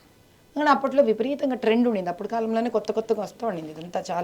చాలామంది యంగ్స్టర్స్కి తక్కువ ఖరీదులలో వాళ్ళకి ట్రైనింగ్ ఇప్పియాలా, వాళ్ళ కాళ్ళ మీద వాళ్ళు నిలబడాలా, అట్లా ఒక ఆంటర్ప్రెన్యూర్గా కూడా జీవితాన్ని ప్రారంభించారు. ఇలా I have seen different phases of life. సరే, ఈ చూస్తున్న కాలంలోనే ఇలా చాలా రెగ్యులర్గా ఒక మామూలు పద్ధతిలోనే వాళ్ళ పేపర్ యాడ్ వేయడం జరిగింది. మా నాన్నగారు పేపర్ యాడ్ చూడడం జరిగింది. ఆ పేపర్ యాడ్ ద్వారా సంబంధం కుదరడం, కలవడం, మా వారు నన్ను చూశాక ఇష్టపడడం, పెళ్లి చేసుకోవడం. So it is not any అంత ఆశ్చర్యంగా మీరందరూ పెళ్లి చూపులు ఏమైనా పాట ఏమైనా పాడారా అని చూసి? చాలా చక్కటి గాత్రం కదా మీరు, అందులో నృత్యం బాగా వచ్చు మీకు, పాటలు కూడా బాగా వచ్చినాయి కదా. సార్ ఏమన్నా ఆ పాటను విని ఇంప్రెస్ అయ్యాడా ఏంటి అని? మాటలకే ఇంప్రెస్ అయ్యారు, మాటల నుంచి పాటల వరకు వెళ్ళే టైం అప్పుడే ఇంప్రెస్ చేశారు సార్ని. ఇప్పుడు కాదు మేడం, అంత ఇంప్రెస్ చేసి ఏదో పాపం చేసుకున్నారు ఆయన మిమ్మల్ని. ఇప్పుడు నాగరాజు గారు, మీరు పురుష ప్రపంచానికి అందరినీ కలుపుకొని అందరి తరఫున పాపం ఫీల్ అవుతున్నట్టుగా ఉన్నారు. నేను ఈరోజు మన సెక్యూరిటీని వెంట పెట్టుకొని ఒక శివంగి లాగా పాత బస్సులో తిరుగుతుంటే ఆయన తల పట్టుకొని కూర్చోవడం ఏమి రానాయన, అది నేనేదో ఇంటి పట్టున ఉంటుంది నా భార్యను కొని తెచ్చుకుంటే కాషాయపు దుస్తులు ధరించి హిందుత్వం అంటూ సనాతనం అంటూ సెక్యూరిటీని పెట్టుకొని పాత బస్సులో తిరుగుతూ ఎప్పుడు ఏం జరుగుతుందో తెలియదు, ఎప్పుడు మా ఇంటి పైన బందూకుల చప్పళ్ళు వస్తాయి మాకు తెలియదు. కోవికోడ్ అని ఆయన బిక్కు అంటే ఏం లేరు మేడం ఆయన? ఆయన బయటికి కనిపించరు కానీ చాలా ధైర్యం ఎక్కువ వారికి కూడా. ఓకే. రెండోది ఏంటంటే నా మనసుకి నాకు తెలిసి మా వారు అపర కర్ణుడు. ఈ రోజు దాకా మా మామగారు కూడా అటువంటి వ్యక్తి. ఆయన కర్ణుడికి శాపాలు ఎక్కువ కదా మేడం పాపం. ధర్మంగా న్యాయంగా ఎవరికి సేవ చేసినా ఎవరికి ఇచ్చినా తప్పదు. ఓకే. ఆయన ఎంతమంది సంతానం కళ్ళు, మేడం మీకు? నాకు 3 పిల్లలు నాయన. ఫస్ట్ ఆడపిల్ల, తర్వాత మగ పిల్లవాడు, మళ్ళీ ఆడపిల్ల. ఓకే. ఓకే. మామూలుగా కూతురు కొడుకు అయితేనే అందరూ వద్దనుకుంటారు కదా. పిల్లలు అంటే చాలా ఇష్టం. అందుకే నేను ఎప్పుడు చిన్న పిల్లలతో ఎక్కువ వర్క్ చేస్తుంటాను. నాకు ముగ్గురు విపరీతంగా ప్రాణం. ఆ ముగ్గురిని ఇంట్లో పెంచుకొని పెద్దవాళ్ళు. పిల్లలంటే చాలా ఇష్టం, ముగ్గురుతోనే చాలా అన్నారు. ఇంకా అంటే మనం ఎంతమందికి ఎంత న్యాయం చేయగలిగాము అనేది కూడా ఇంపార్టెంట్. నా హెల్త్ కూడా కొంచెం బాగా డిస్టర్బ్ అయిపోయింది అప్పట్లో. ఓకే. సో నాకు అంతకంతా పిల్లలు ఇష్టం ఉన్నా కూడా ఐ వాజ్ నాట్, అంటే హెల్త్ పరంగా I was not very fit for that. Virinchi hospital భవనము, హాస్పిటల్ గురించి నేను అక్కడ చికిత్స గురించి నేను అడగట్లేదు, అవన్నీ అయిపోయినాయి కాబట్టి. హాస్పిటల్ భవనము మీ సొంతమా లీజా? కాదండి, అది అశోక బిల్డర్స్ ఉన్నారు కదా, వాళ్ళది మా సొంతం. ఓకే. కొంత ఒక చిన్న పోర్షన్ మాత్రమే మాది. ఒక స్ట్రైట్ కడతాను మేడం. అయ్యో భలే బాబా, ఏందని అడగచ్చు. విరించి భవనం చూస్తే అందరికీ ఒక ప్రేత కళ ఉంటుంది. దాంట్లో పెట్టిన వారంతా ఇంతకుముందు బిజినెస్ ఎత్తిపోయారు. అలాంటి భవంతిలో మాధవిలత గారు ఒక హాస్పిటల్ని ఏర్పాటు చేశారు అని బయట అంటున్నారు. ఏ ధైర్యంతో చేశారు? అయితే ఫస్ట్ విరించి భవనానికి ప్రేతకళ లేదు. విరించి భవనానికన్నా ముందు ఉన్న మాలికి ప్రేతకళ ఉండింది. ఓకే. ఓకే. ఓకేనప్ప, అది పోయిన తర్వాత మీరు పెట్టినాక విరించి అని పేరు వచ్చింది. ఓకే. ఆ భవనం గురించి ఇప్పుడు ప్రతిదానికి ఒక వాస్తు ఉంటుంది. ఇప్పుడు మనం ఇల్లు కట్టుకునేటప్పుడు ఏం చూస్తాం మనము అంటే, ఆ ఇంట్లో మనకి ఆరోగ్యం బాగుండాలి, ఐశ్వర్యం ఖచ్చితంగా వాస్తు చూస్తారు. వాస్తు చూస్తాం అంటే అక్కడ అంతా హ్యాపీ మూమెంట్ ఉండాలి అని అనుకుంటాం. కానీ అదే ఇంట్లో నుంచే కదా మనంతా వాస్తుపరంగా బాగా చూసుకున్న ఇంట్లో నుంచే కదా ఒక అనారోగ్యం వచ్చి ఇల్లు దాటి బయటికి వెళ్తాం. అంటే అక్కడ ఏ వాస్తు అయితే ఉందో ఆ వాస్తు హాస్పిటల్కి కరెక్ట్, మాల్కి కరెక్ట్ కాదు. ఓకే. ఓకే. మరి వ్యాపారం బాగుందా మేడం? వ్యాపారము అని అంటే వ్యాపార దృక్పథంతో చూస్తే కనుక న్యాయబద్ధంగా ఏ సేవలు అయితే చేస్తున్నామో సేవలు జరుగుతూ ఉన్నాయి. ఈ రోజుకి మేము హైయెస్ట్ ఆరోగ్యశ్రీ చేస్తున్న వాళ్ళం. మరి మీరు ఇంత సేవ చేస్తుంటే ఎందుకు మీ మీద కామెంట్స్? కరోనా అప్పుడు కామెంట్స్, కోర్టుకే వెళ్ళారు మీ మీద, అసలుకి కోర్టు కామెంట్స్ చేస్తున్నారు, కోర్టులకు వెళ్తున్నారు. మీ ఆసుపత్రికి వస్తే ఆస్తులు అమ్ముకోవాల్సిందే, వాడు వస్తూ ఇంటి డాక్యుమెంట్లు సంఖలో పెట్టుకొచ్చుకోవాలి పేషెంట్, ఇంకా వాళ్ళకి రాసిచ్చేసి వెళ్ళిపోవాలని ఇట్లా కామెంట్స్ చేస్తున్నారు, కోర్టులకు వెళ్తున్నారు. కరోనాలో అప్పుడు పెద్ద యుద్ధమే చేశారు మీ పైన. ఎందుకు మేడం? ఎందుకంటే కనీసము విరించి అన్న కోవిడ్ గురించి అన్న అప్పటి వరకు నాగరాజు గారికి కనుక తెలిస్తే, యావత్ తెలంగాణ ప్రజలకన్నా తెలుసుకోదలుచుకుంటే మేము ఎప్పుడు అప్పటి వరకు న్యూస్లో లేము. ఎప్పుడైనా మా వారి పేరు కానీ నా పేరు కానీ విన్నారా మీరు? వినలేదు. అప్పటి వరకు ఎవ్వరు వినలేదు. కానీ అప్పటికే మాకు ఒక ఐటీ ఉండింది, బయోటెక్నాలజీ ఉండింది, ఇంకొక హాస్పిటల్ ఉండింది, ఎవ్వరు వినలేదు. దాని గురించి నిజానిజాలు మాట్లాడుకునేదానికన్నా ముందు ఎలక్షన్స్ అప్పటి నుంచి నేనేం చేస్తున్నాను, నేను ఎంత సంఘ సేవా కార్యక్రమాలు చేశాను, సనాతన ధర్మం కోసం నేను ఎంత నిలబడ్డాను, ఎన్ని చోట్ల న్యాయబద్ధంగా పోరాటం చేశాను, ఈరోజు నా గురించి ప్రజలకు మొత్తం తెలుసు. అయినా ట్రోల్ చేసేవాళ్ళు రామబాణము కింద ధూపము, రామబాణము కింద మసీద్ దర్గా పెట్టి ట్రోల్ చేసేవాళ్ళు ట్రోల్ చేస్తున్నారా లేదా? ఆయన చేస్తున్నారా లేదా? ఇదే పని ఆ రోజు చేశారు మా మీద. అంటే ఇందాక మీరు మాట అన్నారు నాగరాజు గారు, చాలా చక్కటి మాట అన్నారు. మా వారు కర్ణునిలాగా దానం చేస్తారు అని అంటే శాపాలు కూడా ఉన్నాయి కదా అన్నారు. ఆ రోజు కర్ణునిలాగే ఆయన ధర్మబద్ధంగా ఆయన భార్యలాగా నేను కోవిడ్కి సహాయం చేసి కూడా శాపం అనుభవించాము. ఈరోజు ప్రజల కోసం బయటకు వచ్చి మళ్ళీ శాప విముక్తులు కూడా అయ్యారు కదా. అంటే కోర్టుకు తెలుసు కదా, కోర్టుకి న్యాయం ఇవ్వడం తెలుసు, కానీ అధర్మం మాట్లాడదు కదా కోర్టు. 2 సార్లు కోర్టు మమ్మల్ని బయటకు వదిలేసింది. కానీ ఇలా ట్రోల్ చేసే వాళ్ళు ఎవరైతే ఉన్నారో, డబ్బు తీసుకొని ప్రజలకు న్యాయము, ధర్మము, ఇన్ఫర్మేషన్స్ ఇవ్వకుండా ఇంకెవరి స్వార్థం కోసమో, అప్పుడు ఎవరి స్వార్థమో నాకు తెలియదు, ఈరోజు ఎవరి స్వార్థమో తెలియదు. ఆ రోజు అట్లే మా మీద ట్రోల్ చేశారు, ఈరోజు మా మీద అలాగే ట్రోల్ చేస్తున్నారు. కానీ ఆ రోజు ట్రోల్ చేసిన వాళ్ళ మీద నాకు కోపం లేదు, నాకు ఈరోజు ట్రోల్ చేసే వాళ్ళ మీద కోపం లేదు. ఎందుకంటే నిజం నిలకడ మీదే తెలుస్తుంది నాయన. ధర్మో రక్షతి రక్షిత. కోవిడ్లోనూ అదే అన్నాను. ఈరోజు కూడా మీరు మా హాస్పిటల్కి వస్తే సర్ప్రైజ్ విజిట్ వేస్తే ఈ రోజుకి అందరికన్నా ఎక్కువ ఆరోగ్యశ్రీ డబ్బులు రాకపోయినా మేమే చేస్తున్నాం. నేను చేసే సమాజ సేవ సంతోషం. నేను ఒకరికి చెప్పక్కర్లేదు తండ్రి. మరి ఆసుపత్రి కదా అది మేడం, మీరు డాక్టర్ కాదు, ఎందుకు ఉండాలి? మీ హస్బెండ్ డాక్టర్ కాదు, రిలయన్స్ ఆ వాళ్ళు రంగంలోకి డాక్టర్లు ఎందుకు కాదు కదమ్మా. ఒక్కటి వాళ్ళతో మనకి ఎందుకు లేదు? ఎందుకు ఎవరితో మీరు ఆ రంగంలోకి ఎందుకు పోయారంటే వ్యాపారం చేయాలనా లేదా సర్వీస్ చేయాలనా అలాంటి? మా వారు ముందు ఐటీ ఇండస్ట్రీలో ఉన్నారప్ప. ఆయన ఐటీ ఇండస్ట్రీలో ఒక వయసు వచ్చి ఆయన ఐటీ ఇండస్ట్రీలో చేస్తున్న కొద్దీ మేము బాగానే సెటిల్ అయినాం. We are well to do family. అప్పుడు ఆయనకు అనిపించింది, రోడ్డు మీద సామాన్యంగా పోయేటప్పుడు ఆయన మనస్తత్వం ఏంటంటే ఎవరైనా బీద బిక్కి కనిపిస్తారనుకోండి టక్కున ఆపేస్తారు. ఎస్పెషల్ ఆయన కూడా అంత పిల్లలన్నా వికలాంగులన్నా చాలా విపరీతమైన జాలి దయ. పర్స్ ఓపెన్ చేసి ఎంత ఉంటాం తెచ్చేస్తూ ఉంటాం. కొంతకాలం తర్వాత ఆయనకి ఏమనిపించిందంటే, ఏమిటి జీవితం, ఇంత చదువుకున్నాను కదా నేను, లైఫ్ లాంజివిటీ అంటే ఒక జీవన పరిధి, ఒక వ్యక్తి 100 ఏళ్ళు బతకాలి, ఆరోగ్యవంతంగా బతకాలి. ఎస్పెషల్లీ వైద్య రంగంలో బీదరికం అనేది వైద్యం ఆపకూడదు అనేది ఒక ఆలోచన వచ్చింది. అప్పుడు వెంటనే కూడా ఆయన హాస్పిటల్ పెట్టలే. సొసైటీలో ముఖ్యమైన 3 కదా, విద్య, వైద్యం, వ్యవసాయం. అంతే కదా నాయన. విద్యా రూపంలో మేము ఎందుకు వెళ్ళలేదు అని అంటే, ఎవరో ఒకళ్ళు మేము బయటకు వచ్చి మళ్ళీ ఒక చిన్న స్కూళ్ళు స్టార్ట్ చేసి ఆ యాంగిల్ ఓరియంటేషన్ ఆయనకు అంత లేదు. ఆయనకు వైద్యం అంటే చాలా విపరీతం, ఎందుకంటే అందులో ఐఐటి నుంచి వచ్చారు, పుస్తకాలు విపరీతంగా చదివేవాళ్ళు. మొట్టమొదటిగా మేము మొదలుపెట్టింది ఏంటంటే ఇన్విట్రో అంటే ల్యాబ్లో చేయడం. ఫస్ట్ ల్యాబ్లో ఎక్స్పెరిమెంట్స్.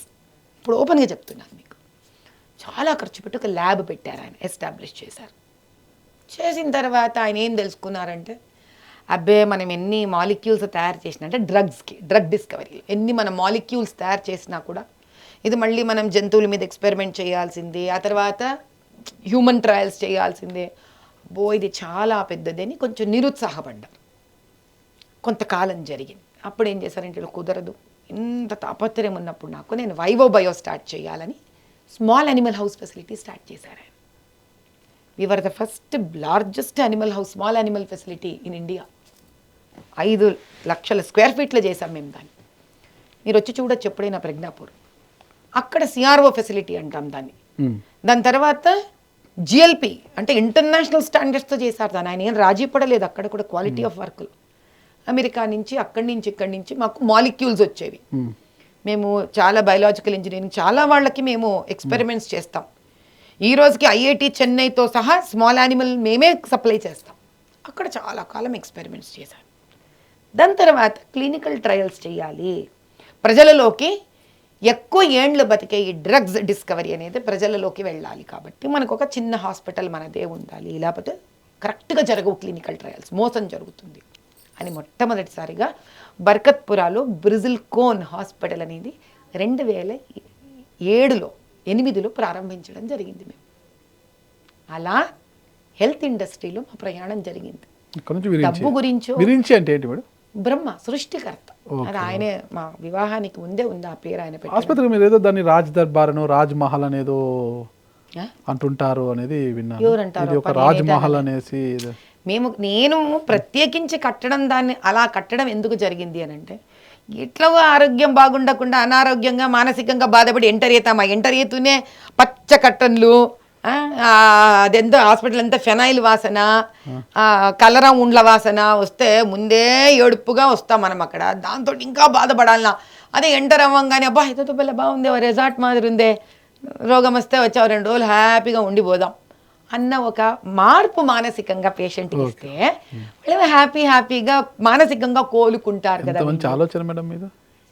ఏమప్పా ఆలోచన. ఎందుకు ఇప్పుడు మీరు హైదరాబాద్ పార్లమెంట్ పరిధిలో దాదాపు 150,000 ఓట్లు తొలగించేశారు అని. 150,000 కాదు ఇంకా దండిగా వికాస్ రాజ్కి మీరు అప్పుడు ఫిర్యాదు చేసిన, ఆయన పట్టించుకోలేదు అసలుకి. ఎందుకు అసలు మీకు ఇంత అన్యాయం జరుగుతుంది? మీరేమో ఎంఐఎంఏ అసదుద్దీన్ ఓవైసీ పోరాడుతుంటే ఆయనకు ఢిల్లీలోని బీజేపీ పెద్దలతో కొంతమంది మంచి సన్నిహితంగా ఉంటాడు, ఇక్కడ మీ కిషన్ రెడ్డి గారికి కూడా బాగా సన్నిహితంగా ఉంటాడు అంటారు బయట. ఒక పక్క అనడానికి లోకులు కాకులు నాయన. ఇప్పుడు నా గురించి కావు అని అనడంలే, పైన కాషాయము రామబాణము కింద మొహరం పెట్టి కావు అని అరవడం లేదా యూట్యూబ్ వాళ్ళందరూ? ఆ కాకులే మా కిషన్ రెడ్డి గారి గురించి మాట్లాడిన ఆ కాకులే, ఢిల్లీ బీజేపీ పెద్దల గురించి అసదుద్దీన్ కలిపి మాట్లాడిన ఆ కాకులే. లోకులు కాకులు వాళ్ళ కావుకో అంటే అన్నారు, వాళ్ళు అన్నారు కదా అని మన న్యాయం ధర్మం చేయడం మానేలేం కదా. మళ్ళా కొంతమంది ఏమవుతుంటే భరత్ మాతాకి జై జై శ్రీరామ్ అంటుంటారు. ఈమె చేసేదంతా మరి ఆ రోజు ఎలక్షన్ సమయంలో మసీదులు అవన్నీ చూసి ఇవన్నీ సమాధులు అవి ఇవి అన్న మాధవీలత ఈరోజు సమాధులు నీ ఊరినని లేదే.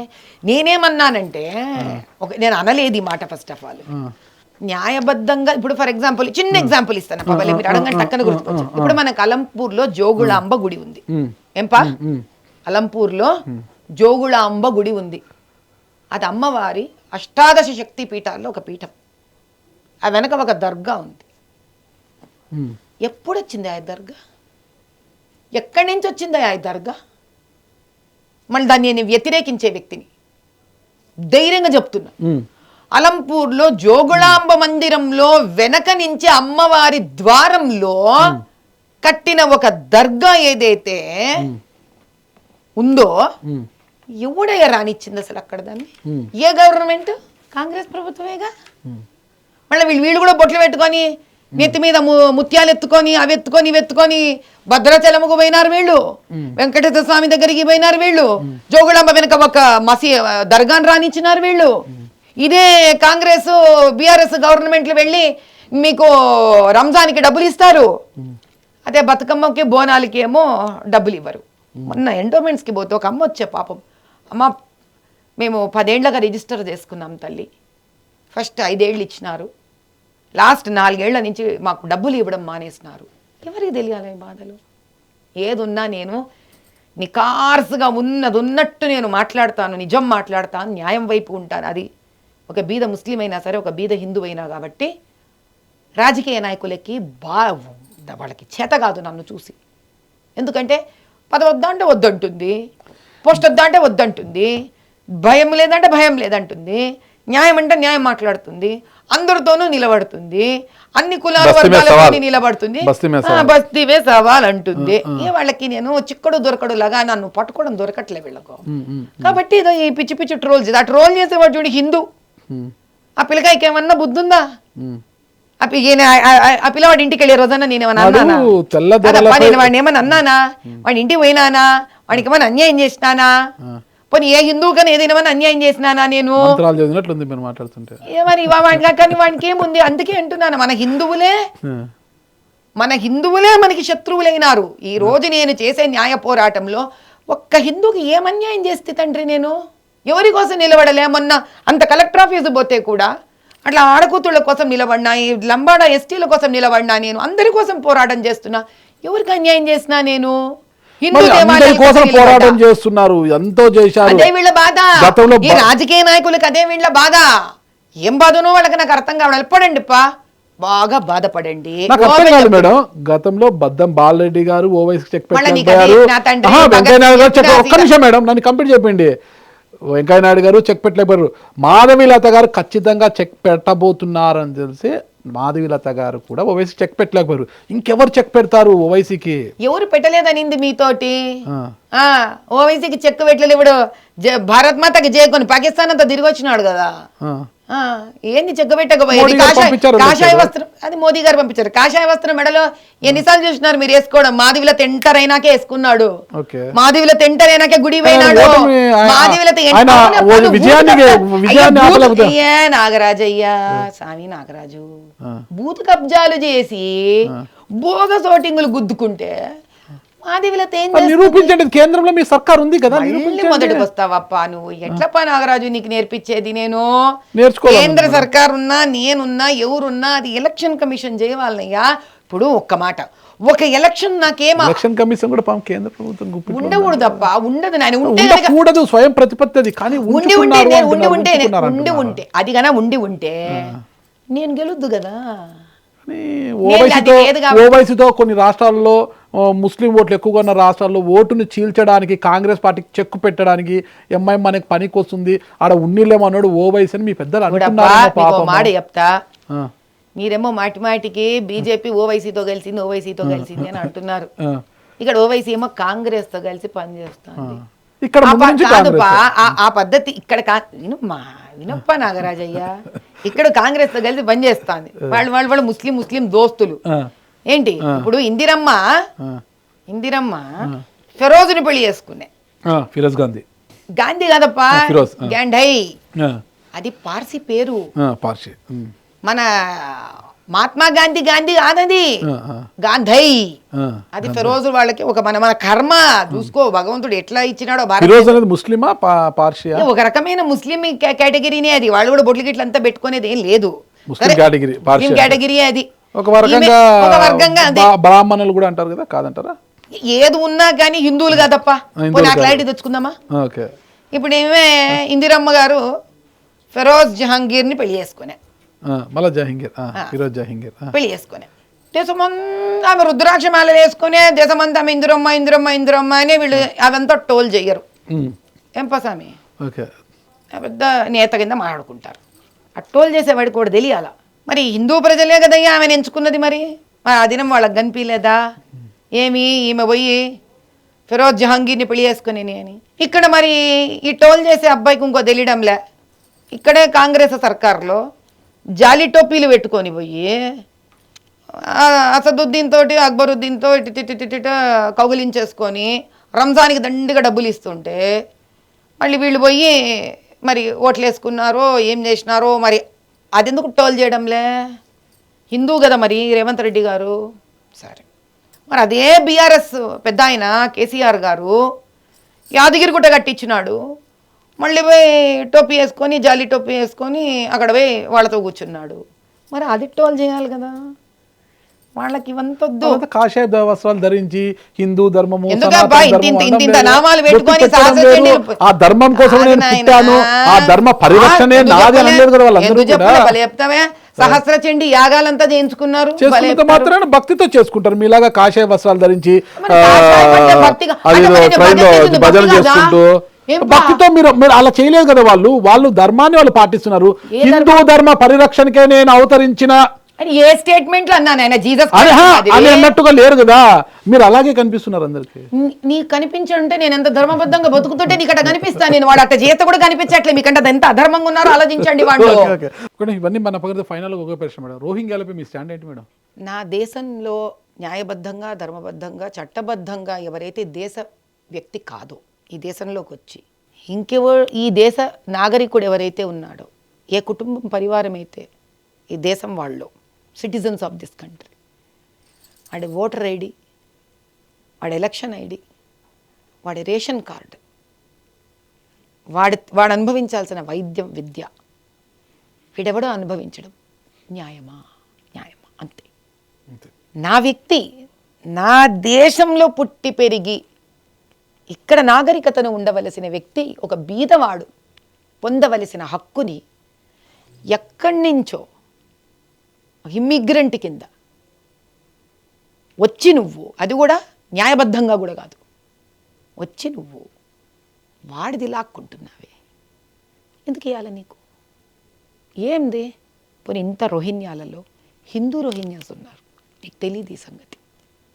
వాళ్ళు ఏమన్నా రాగలుగుతున్నారా అంటే, మీరు జార్ఖండ్ ఆ బయట మీరు పోతే బార్డర్స్లో దయనీయ స్థితి నాయన వాళ్ళది.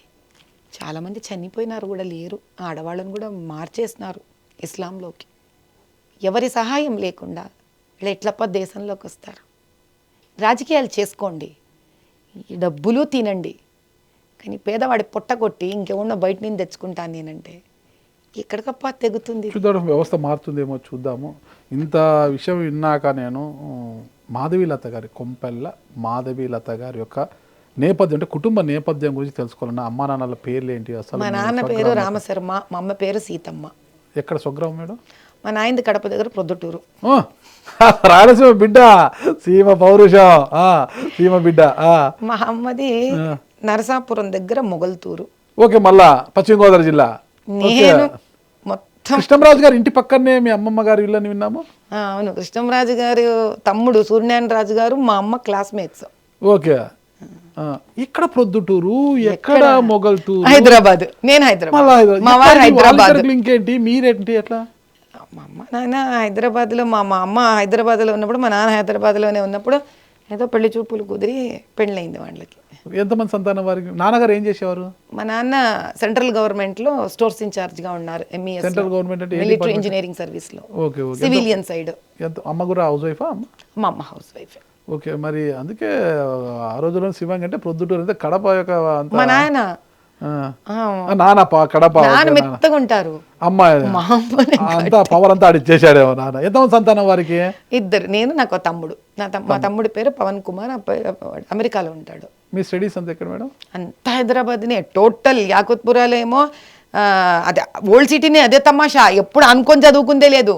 School old city, intermediate Navjeevan Amrit Kapadia old city Goshamahal. ఏ గ్రూప్ చేశారు ఇంటర్? బైపీసీ చేసిన. ఓకే. ఆ తర్వాత గ్రాడ్యుయేషన్ నిజాం కాలేజ్.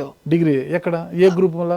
అక్కడ EPP, economics, political science, public administration. Science నుంచి ఎందుకు సోషల్? ఎందుకనంటే అదే మాకు ఆర్థికంగా చాలా ఇబ్బంది అయిన కుటుంబం కాబట్టి, మా నాన్నగారు ఉమ్మడి కుటుంబము, బాధ్యతలు చాలా ఉన్నాయి. ఆయనకు ఉండింది కోరిక నేను డాక్టర్ చదవాలని. కానీ అసలు ఆ డాక్టర్కి చదవాల్సింది కోచింగ్లకే బోర్డు చాలా డబ్బులు అవుతాయి. చదివిన తర్వాత MBBS అయ్యేదేమి ఉండదు. ఇంటికి పెద్ద సంతానము. నాకు మా నాన్నకి ఒక కొడుకులాగా నిలబడాలి, కుటుంబానికి ఇబ్బంది కాకుండా నేను గట్టిగా నిలబడాలని ఉండింది కాబట్టి నేను ఇంకా ఆ వైపు ఎక్కువ నేను టైము స్పెండ్ చేయలేదు. ఎందుకంటే డబ్బులు ఖర్చు అవుతాయని, నా వల్ల ఖర్చు అవ్వడం ఇష్టపడే వ్యక్తిని కాదు. ముందు నుంచి కూడా చాలా కొంచెం సెల్ఫ్ రెస్పెక్ట్, దాని తర్వాత నా కాళ్ళ మీద నిలబడాలనే వ్యక్తిత్వం ఉన్న వ్యక్తిని. ఇంటర్మీడియట్లో చదువుకుంటూ కూడా నేను ఒక చిన్న చిన్న టీచర్ ఉద్యోగాలు చేసుకుంటూ నేను సహాయం చేస్తుండేదాన్ని. ఆ కాలం పోస్ట్ గ్రాడ్యుయేట్ నేను ఇంటర్మీడియట్ నుంచే రకరకాల స్కూళ్ళలో ఉద్యోగం చేయడం, ట్యూషన్లు చెప్పడం, ఆ తర్వాత పార్ట్ టైం జాబ్ చేయడం, అలా చేసుకుంటూ వస్తూనే ఉన్నాను. డిగ్రీ ఏమో నిజాం కాలేజ్, ఇంటర్మీడియట్ మన పోస్ట్ గ్రాడ్యుయేషన్ వచ్చేసరికి కోటి ఉమెన్స్, అంతా అక్కడే. కోటి ఉమెన్స్ కాలేజ్, పొలిటికల్ సైన్స్. ఎందుకు ఆ సబ్జెక్ట్ తీసుకున్నారు పొలిటికల్ సైన్స్? నాకు ఇష్టం బేసిక్గా. Great fan of political science. Politics అన్నది జాబ్ చేశారా? రకరకాలుగా చేసినాను. అదే చెప్పాను, కాలేజెస్లో చేశాను, స్కూళ్ళల్లో చేశాను. దాని తర్వాత ఒక పార్ట్ టైం జర్నలిజం కింద చేశాను, ట్యూషన్స్ చెప్పేదాన్ని, రకరకాల. ఒకటి కాదు, I used to be engaged in many things. మంచి పెద్ద ఆయన దొరికాడు కాబట్టి హ్యాపీగా లైఫ్ సెటిల్ అయిపోయింది. ఆడవాళ్ళు ఎవరైనా వింటా బాధపడతారు. ఏంటంటే ఏమిది మాకంటూ వ్యక్తిత్వం లేదా, ఎవరో డబ్బు నేనని పట్టుకొని హాయిగా ఎదిగినాము అనుకో. పట్టుకోలేదు, ఆయన వచ్చి మిమ్మల్ని పట్టుకెళ్ళాడు. మరి నృత్యం అదంతా ఎక్కడ నేర్చుకున్నారు మీరు? చిన్నప్పటి నుంచి మా నాన్నగారు భరతనాట్యం డాన్స్ నేర్పించేవాళ్ళు. నాకు బద్రీనాథ్ గారు అని మా గురువు గారు ఉన్నారు. మా నాన్నకి చాలా లలిత కళలు అంటే చాలా ఇష్టం. కొంతకాలం డాన్స్ అండ్ మ్యూజిక్ కాలేజ్లో అప్పట్లో ఉమారామారావు గారు అని పెద్ద ఆవిడ ఉన్నారు, ఇప్పుడు లేరు, ఆవిడ గతించారు, కాలం చేశారు. ఆవిడ డాన్స్ అండ్ మ్యూజిక్ కాలేజ్లో లెక్చరర్గా ఉండేవారు భరతనాట్యానికి. కొంచెం చాలా చిన్నపిల్లని అప్పుడు అక్కడికి వెళ్ళి నేర్చుకునేదాన్ని. దాని తర్వాత అక్కడనే బద్రీనాథ్ గారని ఆయన డాన్స్ మాస్టర్, అక్కడ నేర్చుకుంటున్నాం. నాకనే చాలా సీనియరు. మా నాన్న చూసి బాగా డాన్స్ నేర్పిస్తారని చెప్పి తీసుకొచ్చి, నేను విద్యాదాయిని మోడల్ హై స్కూల్లో చదువుతుంటే మా సార్ని తీసుకొచ్చి అక్కడ డాన్స్ టీచర్గా ఆయనకు ఉద్యోగం ఇప్పించి, మా నాన్న ఇట్లా పాపం సహాయపడమే కాకుండా లలిత కళలు కూడా చాలా ఇంట్రెస్ట్. మా నాన్న చాలా బాగా పాడతారు, మా పెద్దనాన్నగారు పాడతారు, మా ముత్తాత గారు అప్పటి కాలంలో, ఇది ఎంత 1939లో ఇఫ్ ఐఎమ్ నాట్ రాంగ్, అప్పట్లో ఒక సినిమా వచ్చింది. ఆ సినిమాలో హీరోయిన్ ఫాదర్ కింద వేసినారు మా ముత్తాత గారు. Okay, super. చాలా ఇదో.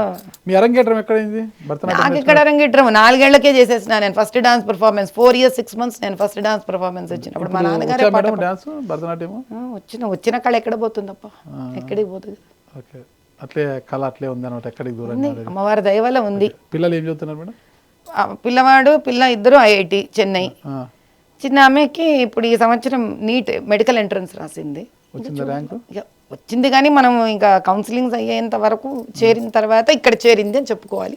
కానీ సీట్ అయితే వచ్చినట్టు. సీట్ అయితే ఖచ్చితంగా. విరించి ఆసుపత్రికి కాబోయే డాక్టర్ అనమాట. ఏం చెప్పలేము నాయన, పిల్లలు ఎవ్వరికీ కూడా అట్లా వాళ్ళ నాన్నది ఏదో వ్యాపారాలు తీసుకోవాలి చెయ్యాలనే దృక్పథం లేదు వాళ్ళకి. వాళ్ళ ఇష్టం. వాళ్ళ నాన్న కూడా వాళ్ళని బలవంతం. మీ జీవితాశయము సమాజము, సమాజ సేవ అంతే. న్యాయం దొరకాలి, రాజకీయంగా ప్రజలకు న్యాయం దొరకాలి. ఫైనల్ సమాజ సేవ ఎటువంటి సమాజ సేవ అంటే రాజకీయ పరంగా ఫస్ట్ తెలంగాణ ప్రజలకు రాజకీయ పరంగా న్యాయం జరగాలి. అంటే ఒక ఓటు వేశాక 5 ఏళ్ల పాటు సుఖంగా శాంతంగా వాళ్ళ జీవితాన్ని వాళ్ళు బతుకుతూ ఉంటే వాళ్ళు అభివృద్ధి వైపు వెళ్ళాలి తప్ప, ఓటు వేసి కూడా 5 ఏళ్ళు న్యాయం దొరకడం కోసం రోజు కలెక్టర్ ఆఫీస్ చుట్టూ, మినిస్టర్ ఆఫీసుల చుట్టూ, జిహెచ్ఎంసీల చుట్టూ, ఎండోమెంట్ల చుట్టూ, రెవెన్యూ ఆఫీసుల చుట్టూ తిరుగుతూ ఎక్కడికి చేతగాని రెక్కాడితే డొక్కాడని ఇండ్లు ఆ పనికిరాని గవర్నమెంట్ స్కూళ్ళల్లో చదువుకుంటూ ఆ గవర్నమెంట్ హాస్పిటల్ ఎందుకు పనికి రాకుండా మళ్ళీ 5 ఏళ్ళు వచ్చేసాయిరా దేవుడా అని ట్యాక్స్ కట్టే మా బోటి ట్యాక్స్ పేయర్స్ డబ్బులు వెళ్ళి ఎక్కడికి వెళుతున్నాయో తెలియదు, దేనికి వెళుతున్నాయో తెలీదు. సంవత్సరం వెనక సంవత్సరం అప్పులలో కూరుకుపోతున్న తెలంగాణ రాష్ట్రం. రాజకీయంగా న్యాయం జరగాలి ప్రజలకి. ప్రతి తెలంగాణ పౌరుడు వేసే ఓటుకి వాళ్ళ హక్కు వాళ్ళకి దక్కాలి. ఇది నా పోరాటం. ఇక్కడ మీ పోరాటం ఖచ్చితంగా ఫలించాలని నేను కూడా కోరుకుంటాను మేడం. Thank you madam. నమస్తే. చాలా సంతోషం నాగరాజు గారు.